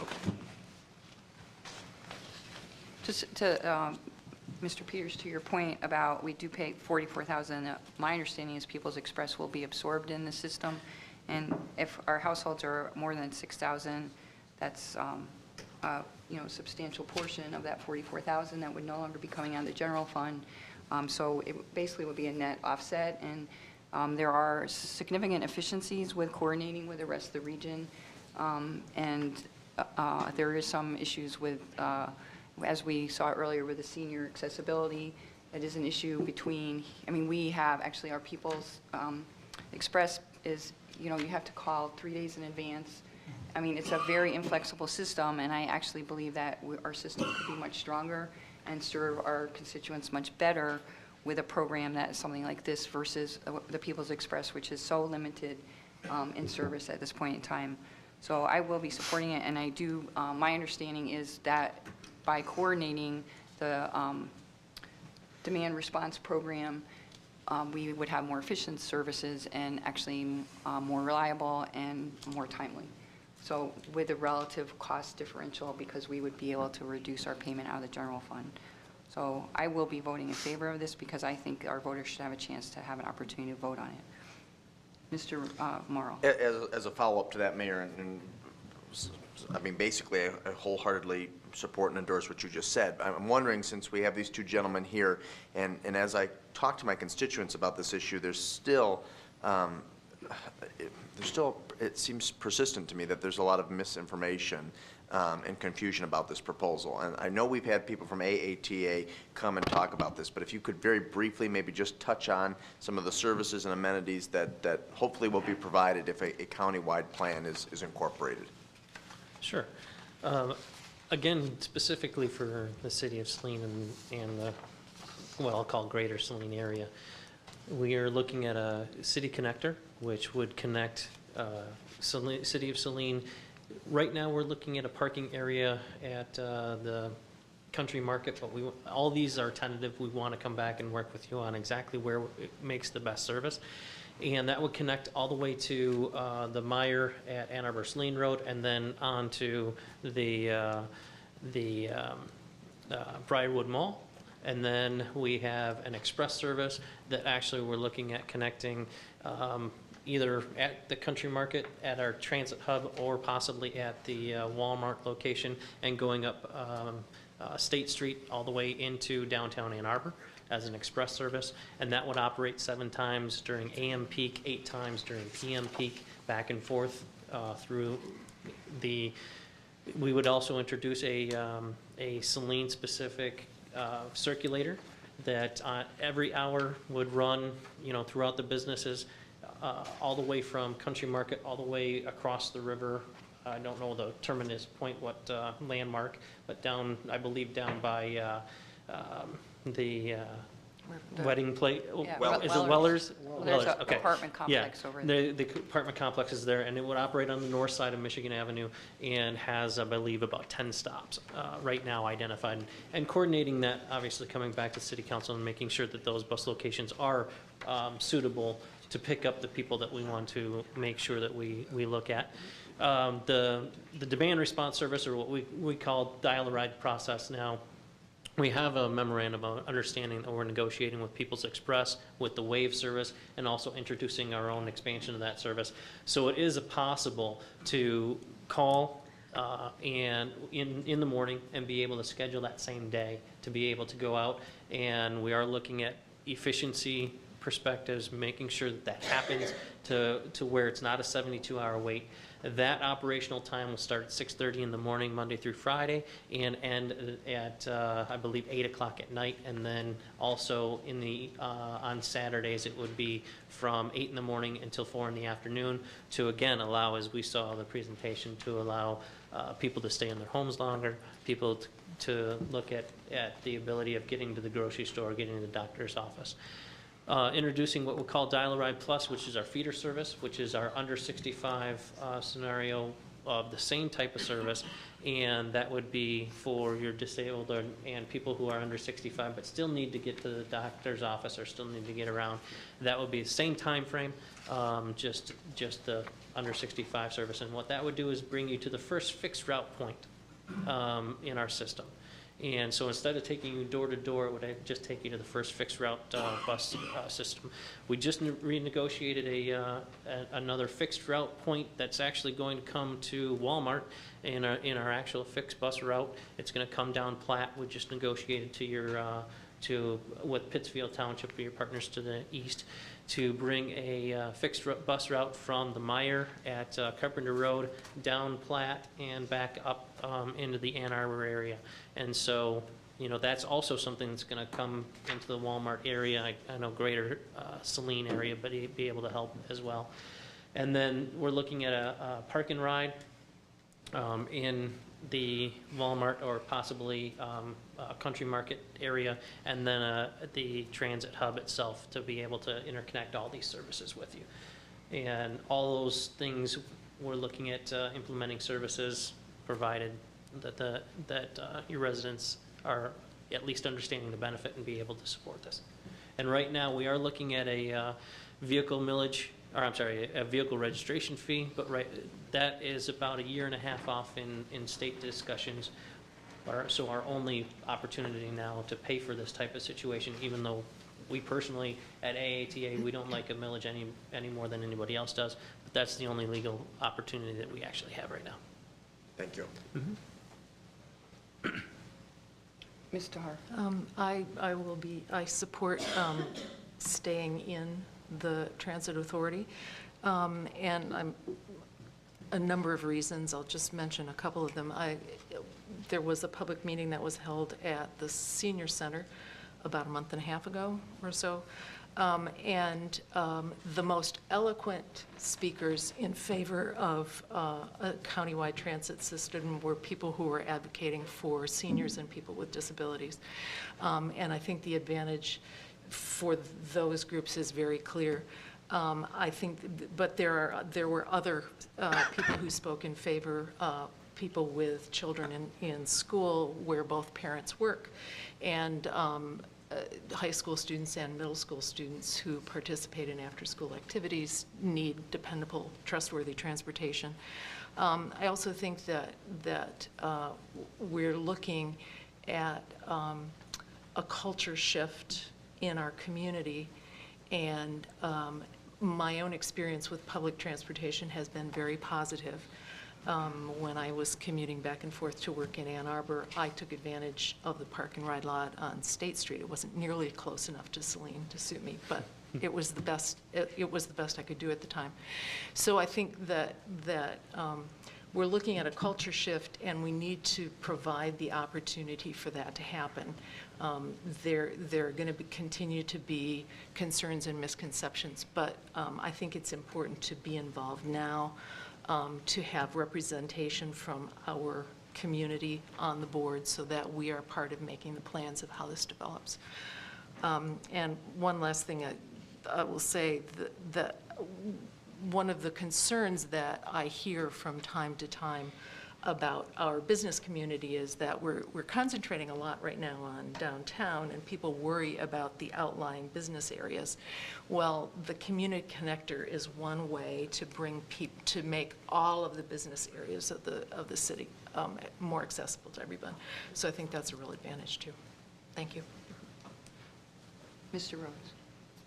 I support all of Ms. Tahar's comments, and I will also support opting in at this point. I have one question and one comment. The question relates to all of those various services that you talked about. Do you have an anticipated timetable for when those will happen within the community of Saline?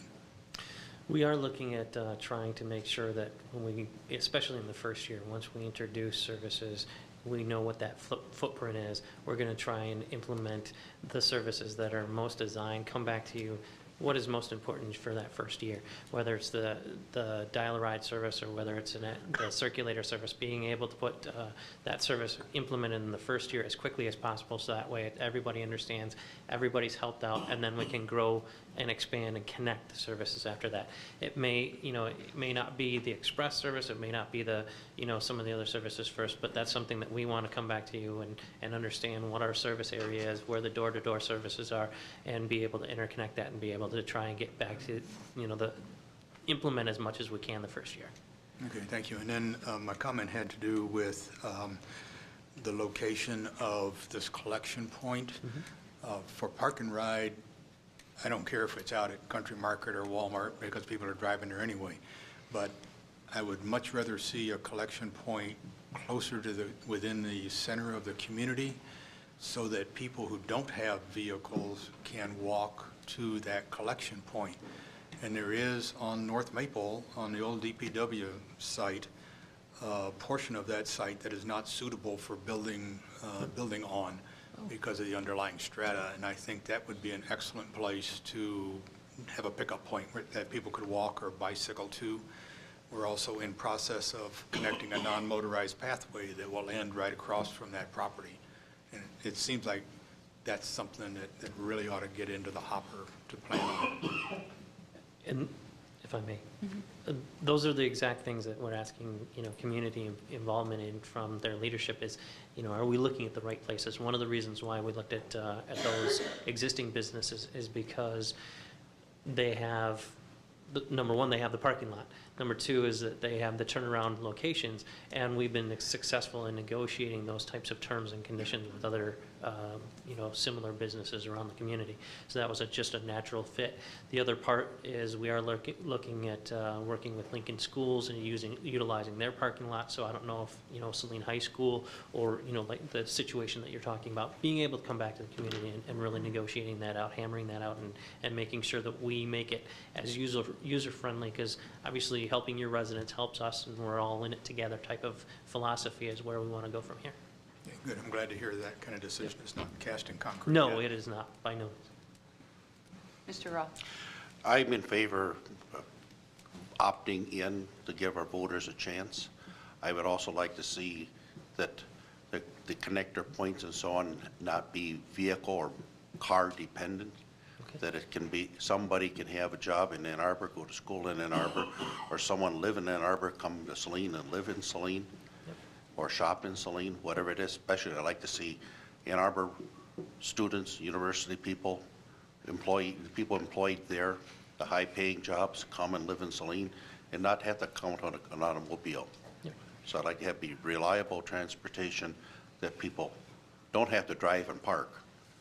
And I would recommend, as far as that can be worked out in the future, rather than just at Weller's, go down further to the shopping mall that's there, that the people in the Six Trails apartment complex can walk there, and they are the ones probably may have the most need for the transportation. Yeah. Very good. Yep. I would agree with you, Mr. Roth. We talked about seniors, but there's also a lot of folks that are, in between jobs, and, with the economy being the way it's been, I think we have quite a few people in this community that probably would love to have the opportunity, not have the monthly payment or the cost of gas, and the flexibility. And like I said, I think the current system that we have, while it's better than no system, is minimal at best with the ability to access it. So I think getting people to their jobs, besides having their own car, is a really wonderful thing that we could be providing for the community at a reasonable cost compared to what we're currently paying. So I would definitely agree with you. We have there's also the complex over on Clark Street. I think there's quite a few complexes in the community right now that could definitely access the bus service. And again, I think also the local flexibility on locating, where the stops are and all that is very important too. So, Madam Mayor, I gave you my card, and so please, as we start this process, don't hesitate to email me or call us, and we'll make sure that we start those discussions and really iron out exactly where you wish that these stops to go and where it makes most feasible sense for all of us. okay, is there further discussion, Mr. Gearby? Just real quick, Mr. Mangold, do you have any statements? You've been serving on the board for us, and just kind of your ideas. We've had a number of meetings with the District Area Council, which includes 3 townships in the 2 cities, Milan and Saline. And it's been education for me. I think the transit involves a fair amount of a learning curve for the population. I've ridden the People's Express service into Ann Arbor and was very pleased to see the service that it provides to people who otherwise would have to leave their homes and in the community, unable to get to medical appointments and do shopping. I've spoken with the clergy circle a couple of times and found them to be pretty knowledgeable about people who need now or need in the fairly near future. That's what I've seen. And the District Area Committee was supportive of getting it to a vote, taking it to the people. Thank you. Any further questions on the motion to acknowledge receipt? Okay, thanks. We have motion to acknowledge receipt. All in favor, say aye. Aye. Opposed? No. Motion carries. It's just acknowledge receipt. Good. Okay. And then we have a motion to approve and adopt or not adopt the resolution to participate or the resolution to withdraw. Oh, wait, we need, okay, or the resolution to withdraw in the new 196 Transit Authority in Washtenaw County. Do we have a motion? I would move to approve and adopt. Second that. The resolution. Yeah, but I'm not happy with the resolution as it's written, so. Okay. I'm going to move to approve and adopt opting in to the new 196 Transit Authority in Washtenaw County. Okay, we have a motion. We have a second. Can you repeat that motion? Yes, please. Move to approve and adopt to opt in the new 196 Transit Authority in Washtenaw County. I can support that. Discussion. As the mover? Mm-hmm. Yeah, there were a few questioning looks there about why I wanted to exclude the resolution, but the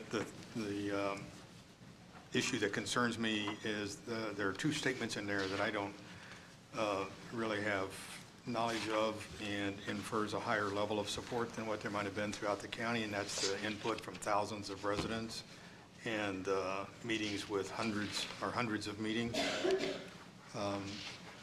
So we can accomplish the same thing by just saying we're going to opt in. We don't need to do the resolution. Okay. Further discussion on the motion? Okay, we have a motion to approve. What was the motion? Approve opting in. Approve opting in, sorry. Does everybody understand the motion? Yep. Is there further discussion on the motion? All in favor, say aye. Aye. Opposed? No, this is where my original no belonged. Right. Right. Okay. So you were an aye on the Yes. acknowledging receipt? Yes. That's what I thought. Okay. Okay, so motion carries with one no.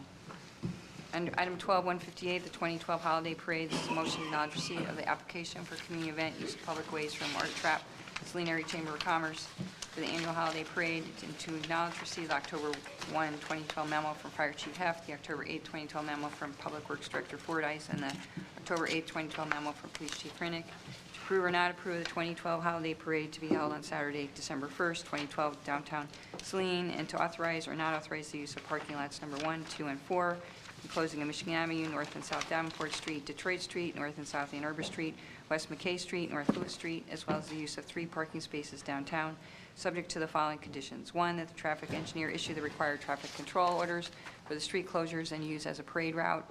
2, that the required permit for closing Michigan Avenue be obtained from MDOT. 3, that the Chamber of Commerce provide a certificate of liability insurance with the City of Saline as an endorsed additional insured party.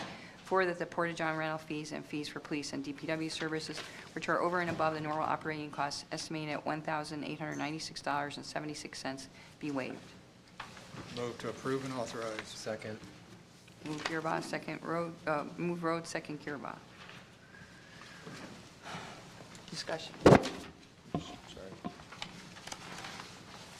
No discussion? Mr. Rhodes.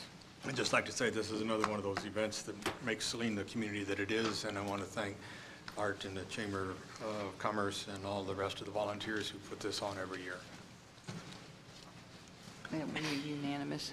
You want to come up and talk? Oh, you bet. After he's been sitting here all that time. Can't talk for a while.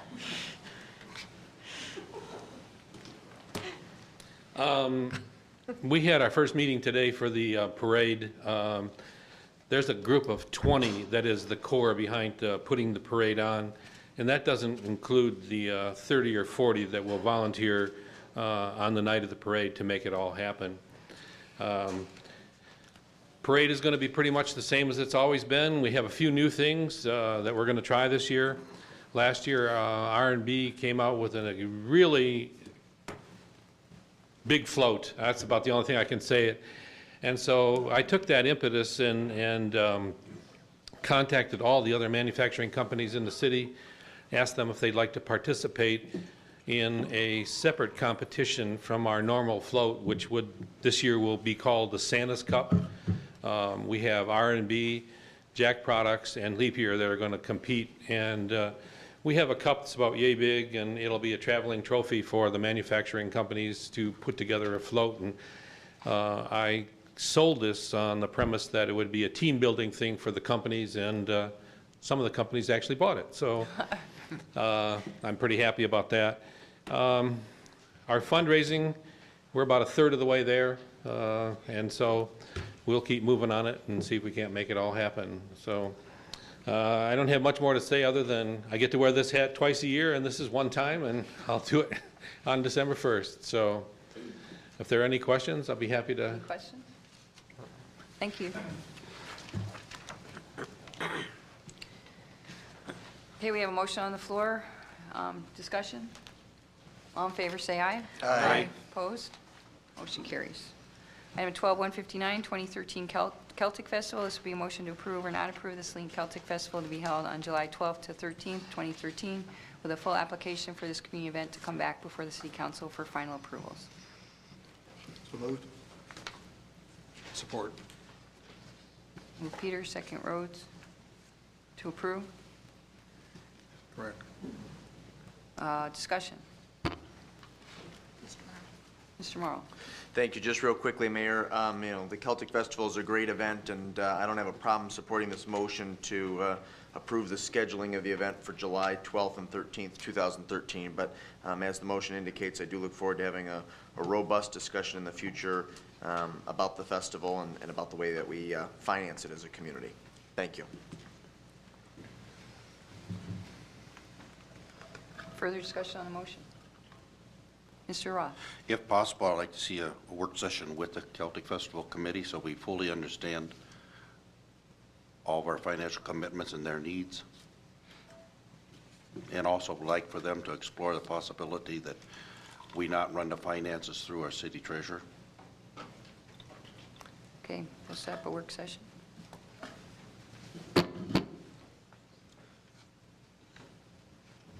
Any further discussion?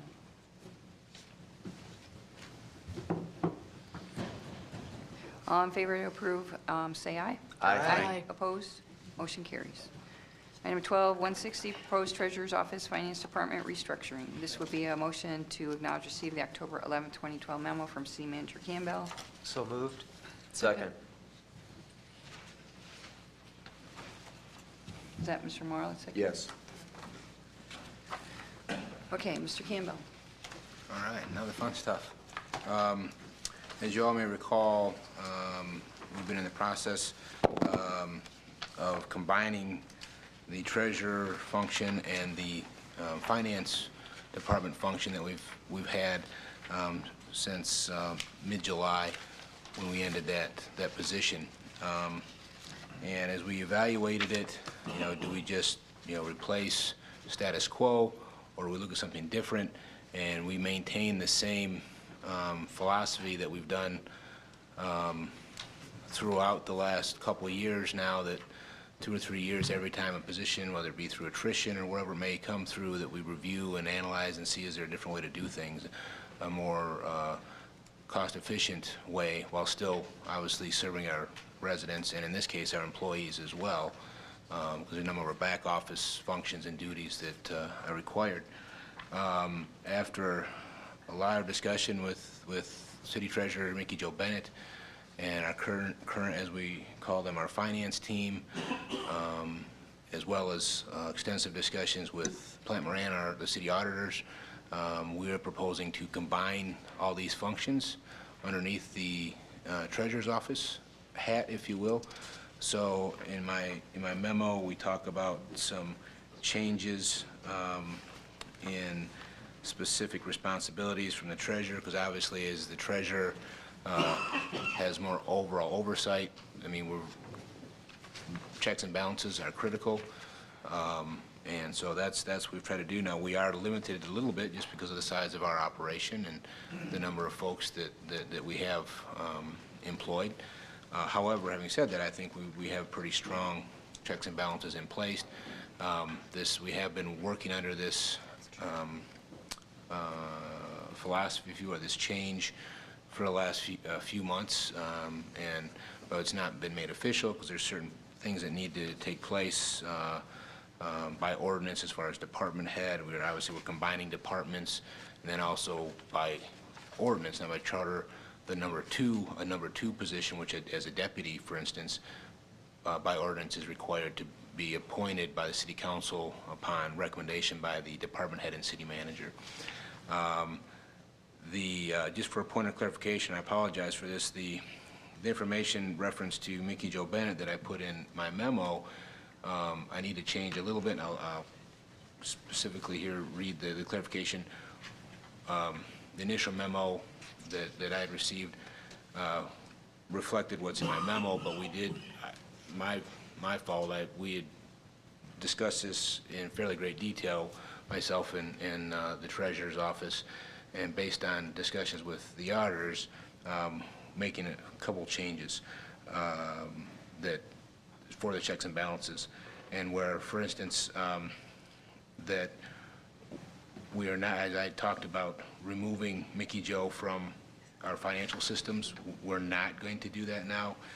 And then, so we were going to do that. Initially, we had talked about so we could add to bank accounts. Well, we're not going to add to bank accounts now.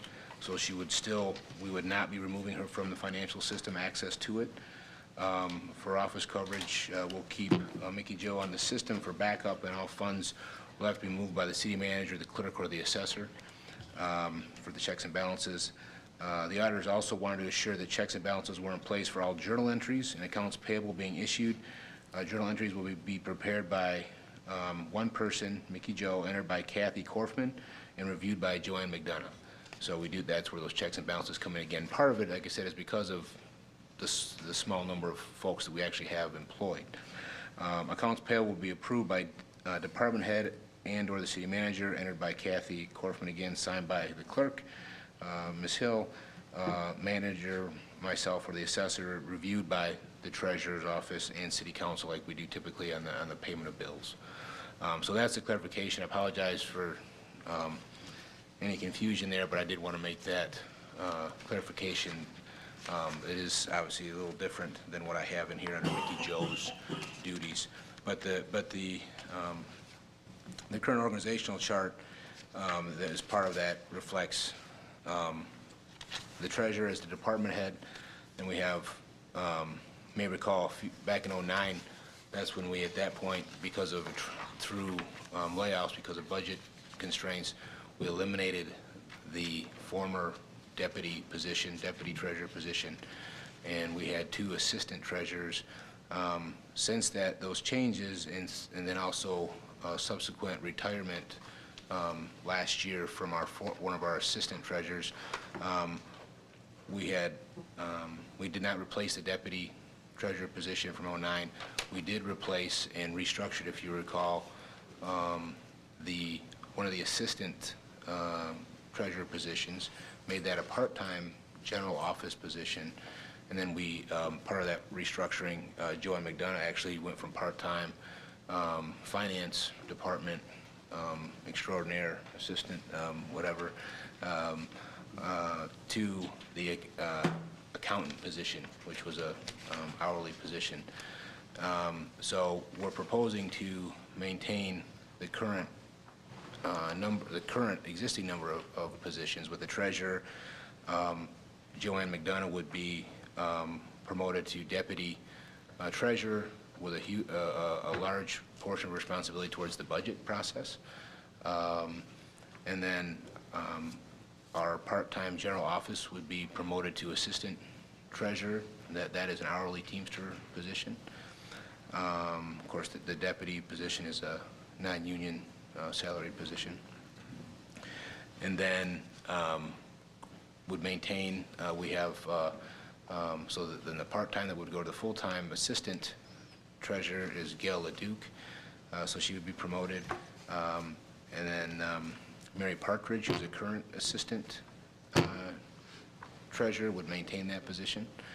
And then the Kathy Korfman, currently the finance assistant, would become, again, part of the treasurer's office, but a big focus would be on economic development and grant writing, more proactive grant writing. She would maintain her job duties associated to the, as we call them, the alphabet boards, EDC, the TIFA, and LDFA boards, working in conjunction with myself, again, in the economic development, working with Spark through, retention efforts, attraction, recruiting efforts, anything associated with economic development, and she has been doing some training my plan is to bring her. She certainly has the capacity and abilities to do this. It is new to her, but she certainly has the abilities to take on this challenge and to take on these new skills, learn these new skills. And as I say in there, I would like to, I will continue to evaluate as it goes on. She will still have some finance, or I should say treasurer's office functions to also do. But the primary focus is to focus on the economic development and more proactive grant writing functions. Overall,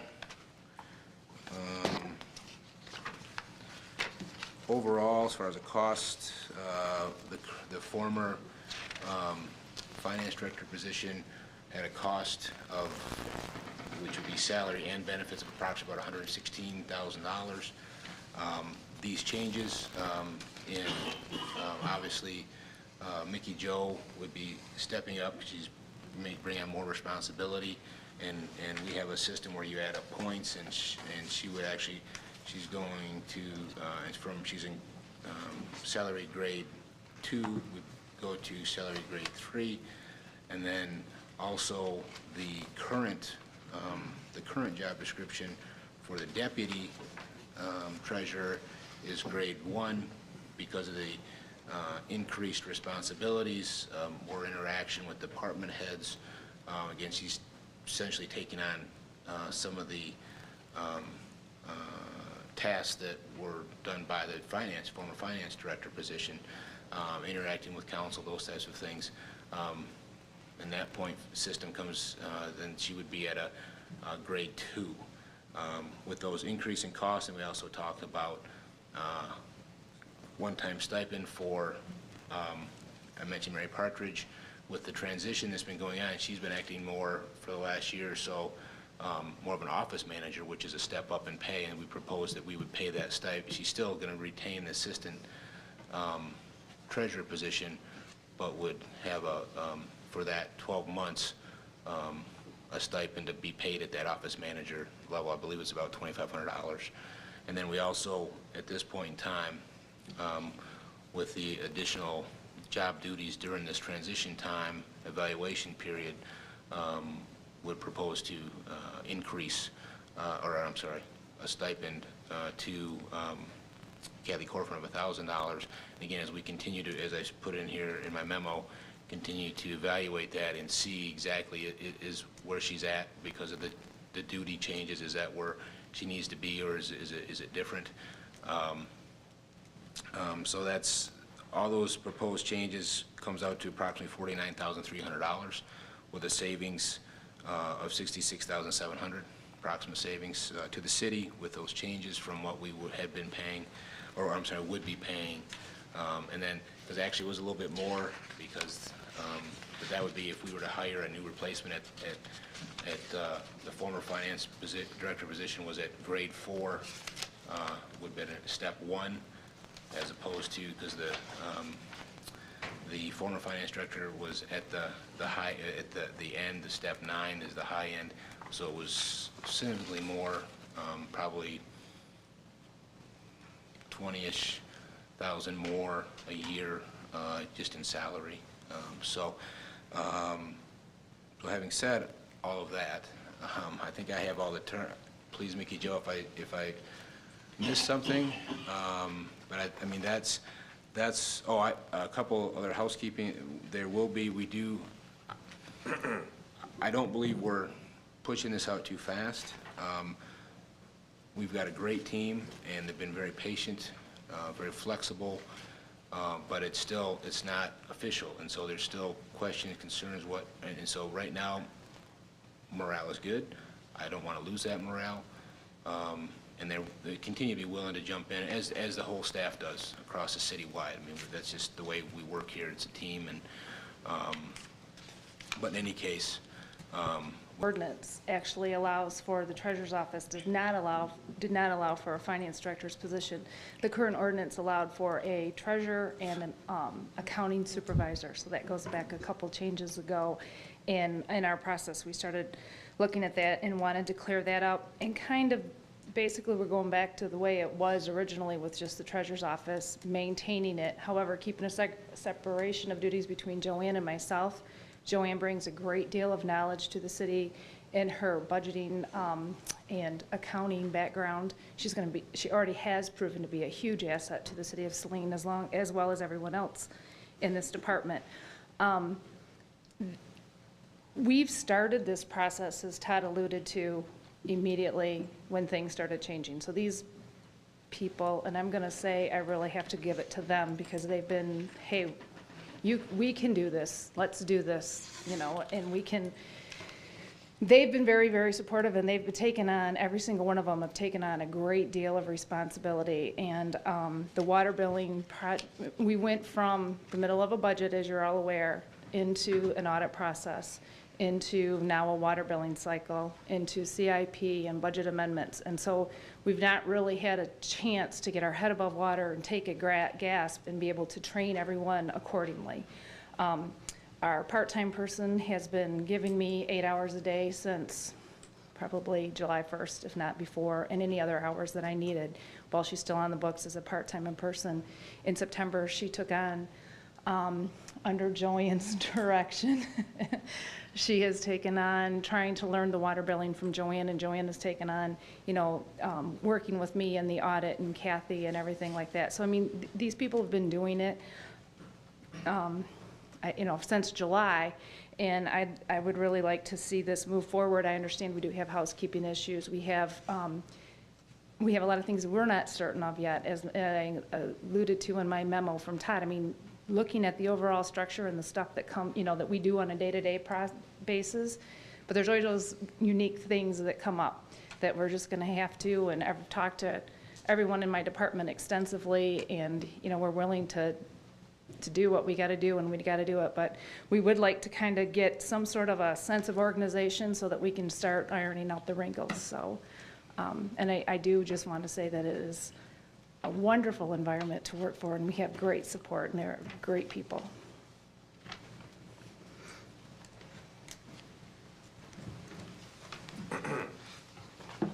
Okay, questions about the memo?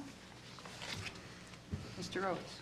I do want to acknowledge city manager and city staff's efforts here to be creative and find ways to reduce costs and keep providing the services to the community that they've become accustomed to. And so I'm really grateful for all of your efforts in that respect.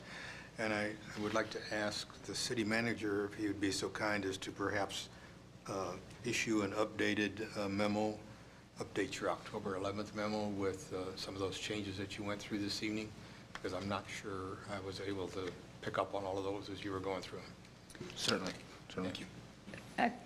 Those changes too would also be included, I think, in the job descriptions and in the operating procedures for the department that we're going to have to pull together for the audit, which will basically allows for me to be able to still maintain access to be able to enter payables in the event that Kathy Korfman or Gal's in the middle of a water billing and Kathy's at a conference for economic development. I mean, daily routine goes on. So I'd still be able to enter those things so that if I have access to the general ledger and to the computer, I don't want to have access to any of the moving of the funds. So basically the big change is I will not be a signer on the city funds. We'll leave that as it is right now with a signature from the mayor and 2 signatures required on all checks. And then our city assessor, our city clerk, and our city manager, along with an endorsement and a stamp from the city mayor, would be required. So there would be no time that I could move any funds without one of the 3 of them, 4 of their signatures. So that's the big change. And the other stuff would be outlined in the job descriptions. Okay. Mr. Gearba? Todd, I really appreciate what you've done to look at reorganizing this and the approach that you've used, Plant Moran, to help assess those issues of separation duties. I've just gone through a transition audit and understanding some of the concerns and aspects which you're addressing, which is a great comfort to me. Because a lot of the times it's the issue of who's reconciling, who's getting cash, all those type of things, and making sure that that's the separation of duties when you get down to a small shop. And I agree. I think you have done an outstanding job. You stepped in to take over and do the budget at a point in time where there was a lot of complexity and everything in it, and you all brought it into clarity for us to see what was really happening and occurring in a manner that I think most of us on council who have served this in a while got a better picture and a process than I think we've seen in many years. And I'm not trying to take that away, but it really is difficult with all the changes and everything that we had hitting us, from changes in revenue sources, expenditures, and all that stuff. You've addressed it quite well. And I fully support this change and also these interim administrative differential payments and such, because you need to be compensated for what you did, and you stepped up to the plate, and I really appreciate it. I think all of us on council do. Any further discussion? Madam Mayor, sorry, if I might, I appreciate that, but again, that goes to, I mean, I certainly can't, the most of the credit goes to the finance team and their willingness to step up, and I simply asked the question, and I won't tell you what Mickey Jo's first reply was to me, but I think I wore her down or something, but she... That's a hard bargain. Yeah. So, but I do really believe that, certainly if I didn't believe in it, wouldn't even suggested it or looked at it probably, but certainly wouldn't be recommending it here if I didn't fully believe in the folks on the team and their abilities and their commitment to this organization, to this community. So, and secondly, just as important is, I really don't, unfortunately, the financial situation we're in, I don't believe we have another option. And I mean, I think this is working out, I believe, in a very positive win-win, but as far as being financially responsible, just to do a status quo and plug in a new finance director, I don't believe is from an operations standpoint, I don't believe it's the financially responsible thing to do either. So I would also agree with what was said before. Really appreciate all staff, everybody. You guys are yeoman jobs. Thank you so much. As usual, it's a great privilege to work with all of you because you're so dedicated and go above and beyond.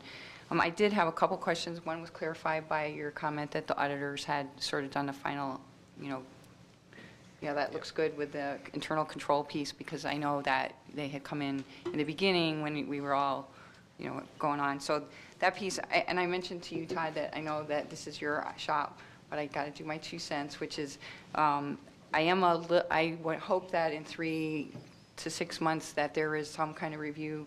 My biggest concern is, and you guys have heard this from me before, economic development, economic development, economic development. And if Kathy Korfman's position is economic development and grant writing, that should take priority over payables. And I'm concerned that if she's pulled too far away from that, doing operations, that the economic development piece is really a skill set that needs to be developed and supported, and that's a unique role, and I think we really need to make sure we don't lose sight of the importance of that. And I know Todd and I have talked about it, and it is a transition, but sometimes when you put too much pressure on people, then the things that are most important get lost sometimes. And so I know you're really being supportive of the transition, and to that end, I would also suggest that you change it to finance, from assistant finance, because there is no finance department anymore, to assistant. I think I made some notes on here, like, what did I say? Economic, either development or development assistant, or I wrote some notes here by the memo. Sorry, just something that clarifies either special. We had special projects or economic development position, because if she's going to, the vision, I think, from our conversations, she's going to be the face with you. But, at the end of the day, we need to have that face. We're working with Spark to really be really proactive.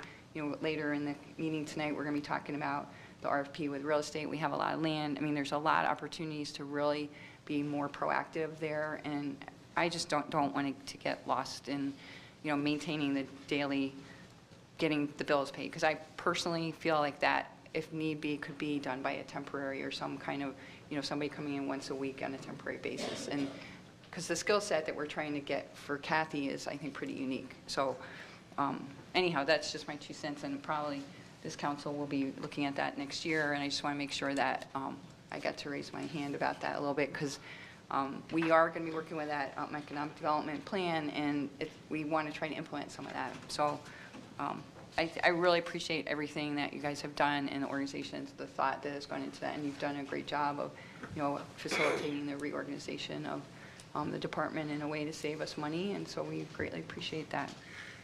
Any further discussions on the motion to acknowledge receipt of the memo? All in favor, say aye. Aye. Opposed? Motion carries.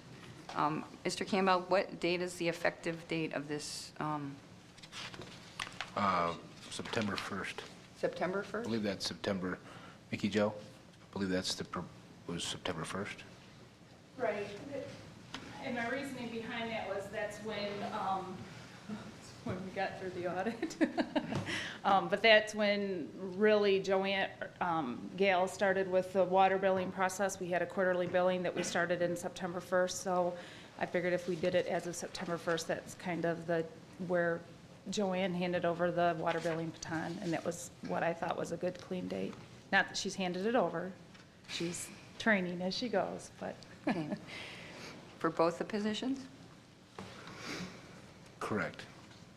They've been actually, I mean, Mickey Joe and Joanne have been doing these tasks since the second week in August, or third week in, I'm sorry. April. April. So they've been doing it for quite some time. Okay. Okay, so we have a motion to approve or not approve the appointment of Joanne McDonough to the position of Deputy Treasurer at a Grade 2, Step 1, and an annual salary of $54,598 for fiscal year 2012 to 13, which would be prorated based on the time worked to be effective September 1st, 2012, to approve or not approve the employment contract with Ms. McDonough, and to authorize or not authorize the mayor, city clerk, and city manager to execute said employment contract. Move to approve and authorize. Second. That was to her. So we have a motion and a second. Discussion? All in favor, say aye. Aye. Opposed? Motion carries.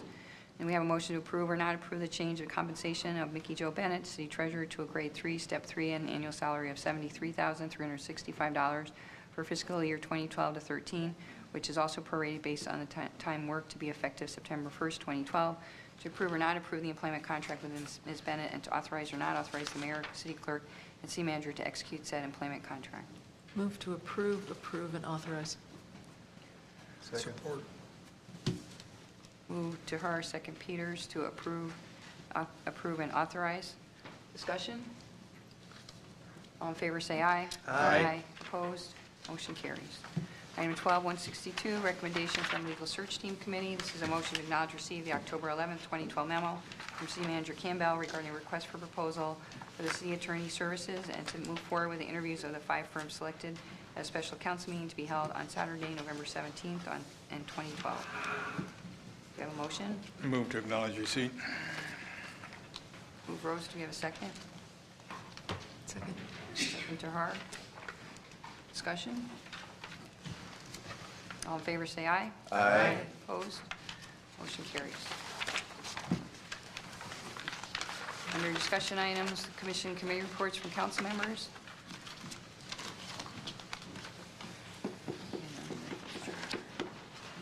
Mr. Hart? Yes, briefly. The Arts and Culture Committee met on Monday, October 8th.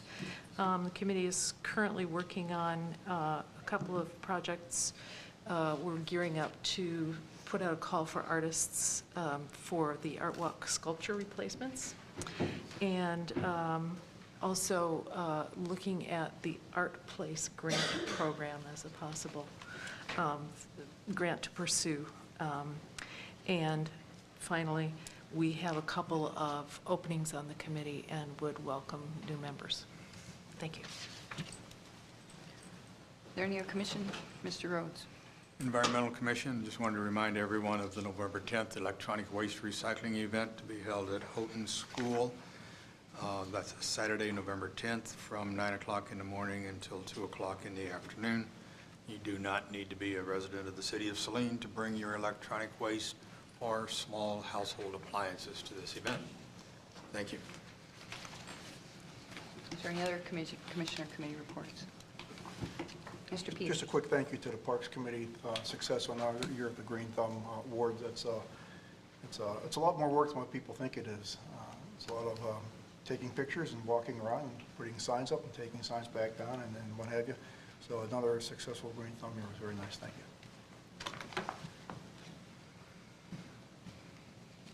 Any other commissioner committee reports? We had a fire board meeting, but it was 10-minute meeting, 15 minutes? How many minutes was it? Maybe more like 15, but it was pretty short. Relatively uneventful. Very much so. But they did have the open house yesterday. So was that yesterday or Saturday? Yeah, Yesterday. no, it was Sunday, and it was a success. Although the weather was, was overcast and rainy at times, but good we had a day. good turnout nevertheless. Are there reports and other announcements? Mr. Gearbox? Just that we had another successful punt, pass, and kick event out at the high school this weekend, and Mr. Morrow and Ms. Scruggs and I enjoyed ourselves quite a bit. We had a good turnout. How many? There were 13 communities that came. 13 communities that came, and as far away as from Jackson and Pinckney in that area and There were such. about 60 kids. Despite all the wind and everything, and our colds that we all know have. Thanks. Any other reports or announcements? Mr. Rhodes? The Saline Area Historic Society has discovered some fairly extensive damage to the wood caboose. This is damage caused by water infiltration over the years that they were unaware of, was not visible to anyone. So the Historic Society is currently conducting a fundraiser, actually in the form of a request for cash donations to be made out to the Historic Society, which is a 501c3, so those should be tax deductible. The caboose is important. You may have noticed that it was mentioned tonight by the German students in the area. It's ranked right up there with the falls. So, and it is a big part of the Historic Society's presence in the Saline community. So those of you who are able to contribute something, any amount, would be helpful. Thank you. Any other reports or announcements? Not, our next item is a sidewalk complaint on 200 East Michigan Avenue. I believe, Mr. Campbell, you had a report on that? Thank you, Madam Mayor. Yes, we have, we're currently working with Department of Public Works as well as City Engineer's office to do a reassessment, if you will, an inventory of the sidewalks within the community to determine what the overall need is. There's sidewalks referenced the one on South Harris Street here in the letter in front of, along the side of M&D Auto. There's sidewalks that are of equal concern or greater concern, and we need to assess and see where we're at of the entire community. So that's in the works right now. An RFP for real estate services? Thank you, Madam Mayor. The mayor referenced this when we had the discussion recently, when the council had the discussion about the 207 Monroe Street, the formerly known as the Krapinski property, with the interest of possibly selling that. And of course, we all have our Maple Road property, the former service center site, as well as our industrial business park properties. And so what the mayor had suggested a while back, and because I know our neighbors, Tecumseh, our neighbors to the south and west of us, they didn't actually have not used the RFP, but they did draft an RFP, which you have before you, which we've, obviously we've modified it to fit the city of Saline, our interest. But this would be proposing to put out an RFP, a request for proposal for a real estate brokerage firm or broker to represent all the city's properties, and so to evaluate a proposal and then bring a recommendation to City Council to enter into a 6-month agreement with either an individual or the firm to represent those city properties and better market those properties. That's what again, I wanted to propose this language to see if there was any questions or comments, any proposed changes, or before we were to, or if we didn't want to move forward with it. But I think that this is the best way to determine objectively there anyway to choose a broker. Mayor. Mr. Gerber. My only concern on is one of the lots, that 207 Monroe Street, is that the total acreage and everything that's down there? Because I think most of us expressed a concern about making sure that we maintain some type of right-of-way or whatever, so I don't know whether to adjust it for that or to not even show the acreage. I don't want to have anybody thinking that that whole lot's available. Yep, absolutely. No, yeah, that's a good catch, but that is correct. That was the discussion that we would maintain the amount that we've been leasing for parking purposes down there. I think some of the parcels are, not, they're wetlands. I mean, that would be part of the professional evaluation is what's usable and not, and really put a clear evaluation. That's part of the issue is that we have an asset here that we're not marketing successfully, but partly because I think we've been, it's out there as being usable property and some of it's not so much. So I think that would also be something that would be helpful. But my calculation based on these numbers looks like 45 acres, which is pretty substantial. Mr. Roth. Concern that I have is, I was wondering if the economical development people, they're looking at this real estate, and I thought that was that person's responsibility to see how some of this stuff fits in. Are we going to dump this stuff and have it not be part of our economic development plan? Or just turn it over to general real estate? Or is this real estate sales going to be connected with the economic development plan? We talked about a strategic plan. We've had it internally, been marketing it internally and tried to use the state of Michigan has a website and do some things internally. And so I'm in commercial real estate. I'm not doing this because I'm interested in bidding on this or any way, shape, or form because I consider it a conflict of interest. But I do seriously think we are way under marketing our property. And we don't have any sense of valuation. I mean, we just sort of did by the seat of the pants. We didn't have professional expertise. There's a lot of vacant land out there. And I think we should try to be way more proactive. Some of these are really great locations that we should be able to do something with. Saline, is a good town with a good school system and good quality of life, and people want to move here. So I think that if we were more aggressive with our marketing, I mean, right now we have one sign by one guy who doesn't really do anything in a proactive manner, and we don't have a formal agreement with anybody that I know of. And I think at least we could get proposals and see how aggressive people would be. They can put together really nice packets, and the agreements we've talked about in the past were 10% commission, which is totally unnecessary, I think, to get somebody really at the table. So, and it says in here that even if, the RFP does not even require the city to award a contract. But really, we talked about this as part of our strategic plan last year, is that this is a big asset, and in order for to compensate for the devaluation in our property tax revenue, it's going to be really difficult to grow revenue because of the cap with Proposal A, except for new investment. And we're competing now with a lot of vacant land at really low prices. So I think we have to be really proactive about it. So that's really, it's not to necessarily not have internal, that's the point about having Kathy be, she would definitely be the facilitator, but I think we need somebody that professionally sells real estate because it's really difficult. The market's very tough. Okay, I was just wondering, you mentioned strategic plan. Do we have a long-range plan that fits in with a strategic plan? And in the long-range plan, are some of these parcels I think it's in our strategic plan to be marketing real estate, isn't it? Planned use for with our long-range plan? This is what I'm trying to see, how it's all going to fit together, and just turn it over to a real estate person to sell off the stuff because maybe we need the money. I don't know if that's the right thing to do. So I'd like to see how all fits together in a good plan. I think it's in our annual strategic plan. We talked about this last year, but we'll be talking about it again. Well, I'd need to see that reviewed and see how the strategic plan fits in a long-range plan and how these parcels maybe fit in if there's a plan for them, so we don't shoot ourselves in the foot.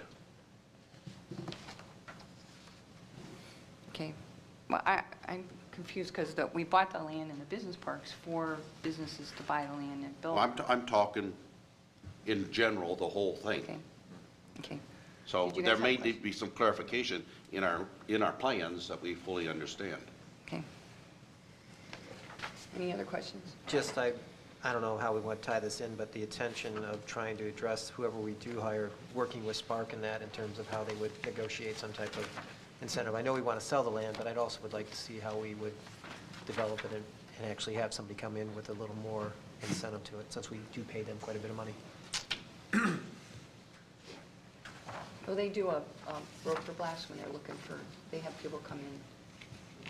And we're going to have, I think, at the next meeting, Spark's got the economic development plan, right, coming up pretty soon.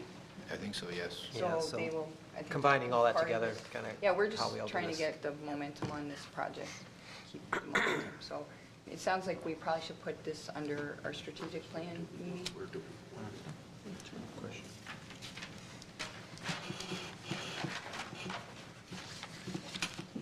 Any other feedback about the RFP? Okay. Under public comment on the Open Meetings Act, any citizen may come forward at this time and make comment or question to the city council. This public comment period will be limited to 3 minutes per person. Anyone who would like to speak is requested but not required to state his or her name and address for the record.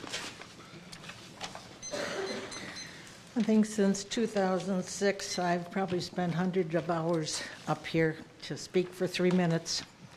Mayor Driscoll, I asked to have my letter received on the agenda, not as discussion. The sidewalk is not a sidewalk, it is a driveway approach, and I'm speaking about, of course, the M&D Auto. We're talking about doing a plan on all the sidewalks, but nobody tells what year it's going to be. I see a CPI, which is public capital improvements project, from 2013 to 2018. I don't see any sidewalks on here. Now, I do see non-motorized projects, $1,213. 8-foot concretes, and those are all Depot Trail, Library Trail, Bennett Street. Interesting. Okay, then we get into park projects, and then there's going to be 8-foot wide walkways to the tune of about $300,000. Let's get into now, of course, there's nothing on sidewalks. As far as walkable community, I won't be riding a bicycle for a while. And yeah, I'm a little distressed. I'm distressed that this couldn't have been addressed as other things have been addressed by people. We have miscellaneous general fund. Let's see, we have downtown area streetscape, $1,800,000. About 215, it has a question mark. Then we have a market structure. I think, Mary, you like that one. $700,000. There's a whole bunch of things here, all millions, but we haven't got enough money to repair sidewalks. I'm going to be pushing 75, and I'll be up again next week, and I will read this into the record. I'm disappointed. These are codes. You know I know the code book, and you know I know the answers. I asked for you to relay this to the staff that make hundreds of thousands of dollars, for them to go through it, not for you to judge them. You are sworn to uphold the ordinances, not the ones you pick and choose. I asked to have the city attorney, the city superintendent, the city manager address these, not for you to rule on them, to refer them. I picked out these problems. Yeah, there's my 3 minutes. Just to clarify, I was not aware that the reason that we're doing the sidewalk assessment is because of what you brought to our attention. So that we're trying to resolve this as a community-wide sidewalk issue. And when this came up as a subject, we realized that we had not done a study, and that's why we can't put it in the CIP, because we have no idea where we have problems with sidewalks except for this location. So actually, Mrs. Hess, you were very helpful in our improving the sidewalks throughout the community, so thank you. Sorry. Art Trapp, Saline Chamber of Commerce. In August of 2011, a couple of days after Summerfest, a small group got together to assess Summerfest and what we had done for that event and where we held it and what else we could do to improve it. The idea was that we would put up some permanent electrical structures in parking lot number 4. Met with the DTE folks, met with a number of other folks, and I got a commitment from the Saline Downtown Merchants, I got a commitment from Picnic in the Park, and I got a commitment from the board of the Chamber of Commerce to fund whatever was needed to put electricity in parking lot number 4. A 200 amp box was put in by the garbage corral, and a 100 amp box was put in the tree behind Benny's. We all agreed that we would pay fair share.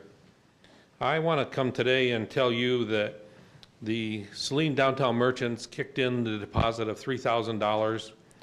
I got the bill a couple days ago from Ormsby Electric and took it over to the Downtown Merchants Executive Committee. They took the bill and wrote a check. That's not the first time that the Downtown Merchants have done something like that. They had also paid for 12 sections of our portable stage, and they also paid for the ramp that we use from the parking lot into the street during different events in the downtown area. I just wanted to make people aware that the Downtown Merchants have done a great job in the last 7 or 8 years that they've been in together, and they're going to fold themselves into the Main Street program. But I think that we all need to give them a vote of thanks for all the stuff that they've done for the community, and they're still doing it. So just making people aware of a great group of people. So thank you. Thank you.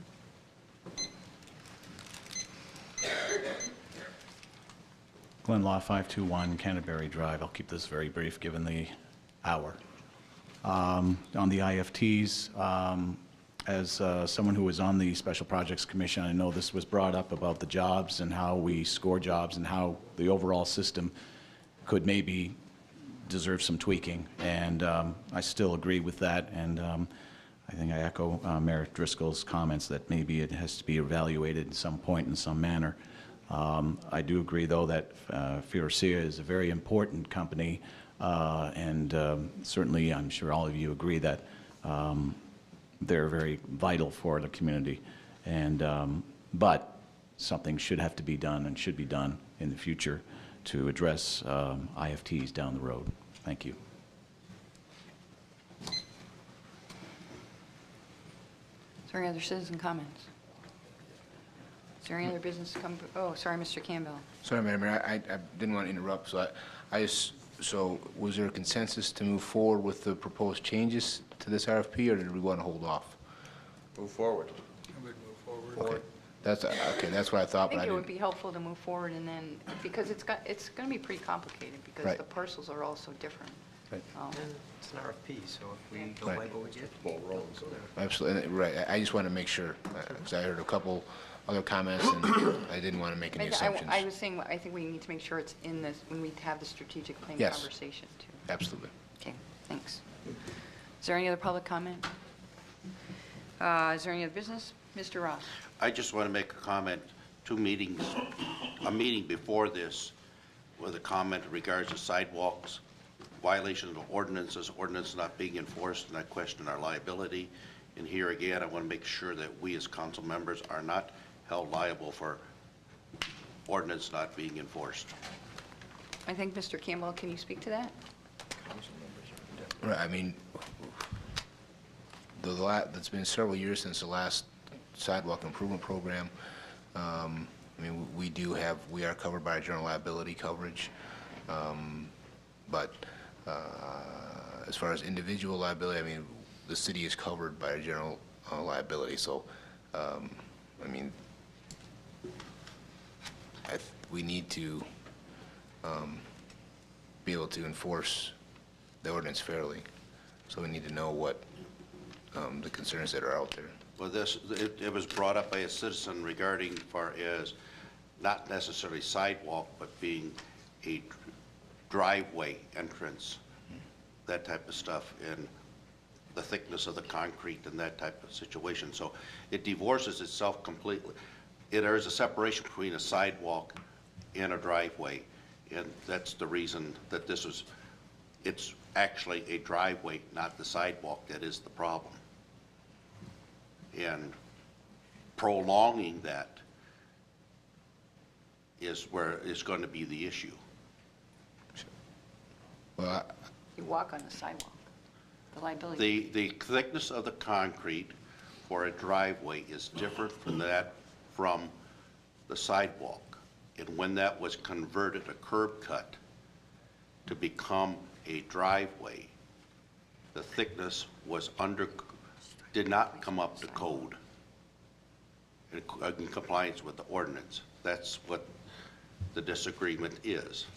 And since it's deteriorated and broken, that part is asked to be repaired up to our codes. Well, I think there's some confusion because the letter that we got was about the sidewalk, so. Well, I'm just saying that's wanted to make sure there's a clarification of that part, and that we're protected, that we're not in violation of that particular part. I can understand we need to have a full study for the entire city, but when it comes to it being a driveway and not being up to our ordinances, that's a question that I want to be sure that we are not falling short on it. Well, as far as the sidewalk, the sidewalk portion that goes across the sidewalk, that goes across the driveway, as far as not being thick enough, at this point it's conjecture. It's not been evaluated as far as the thickness, but I would defer to our city attorney. I'm not an attorney. I'd appreciate it be referred to the attorney and have definite clarification on that.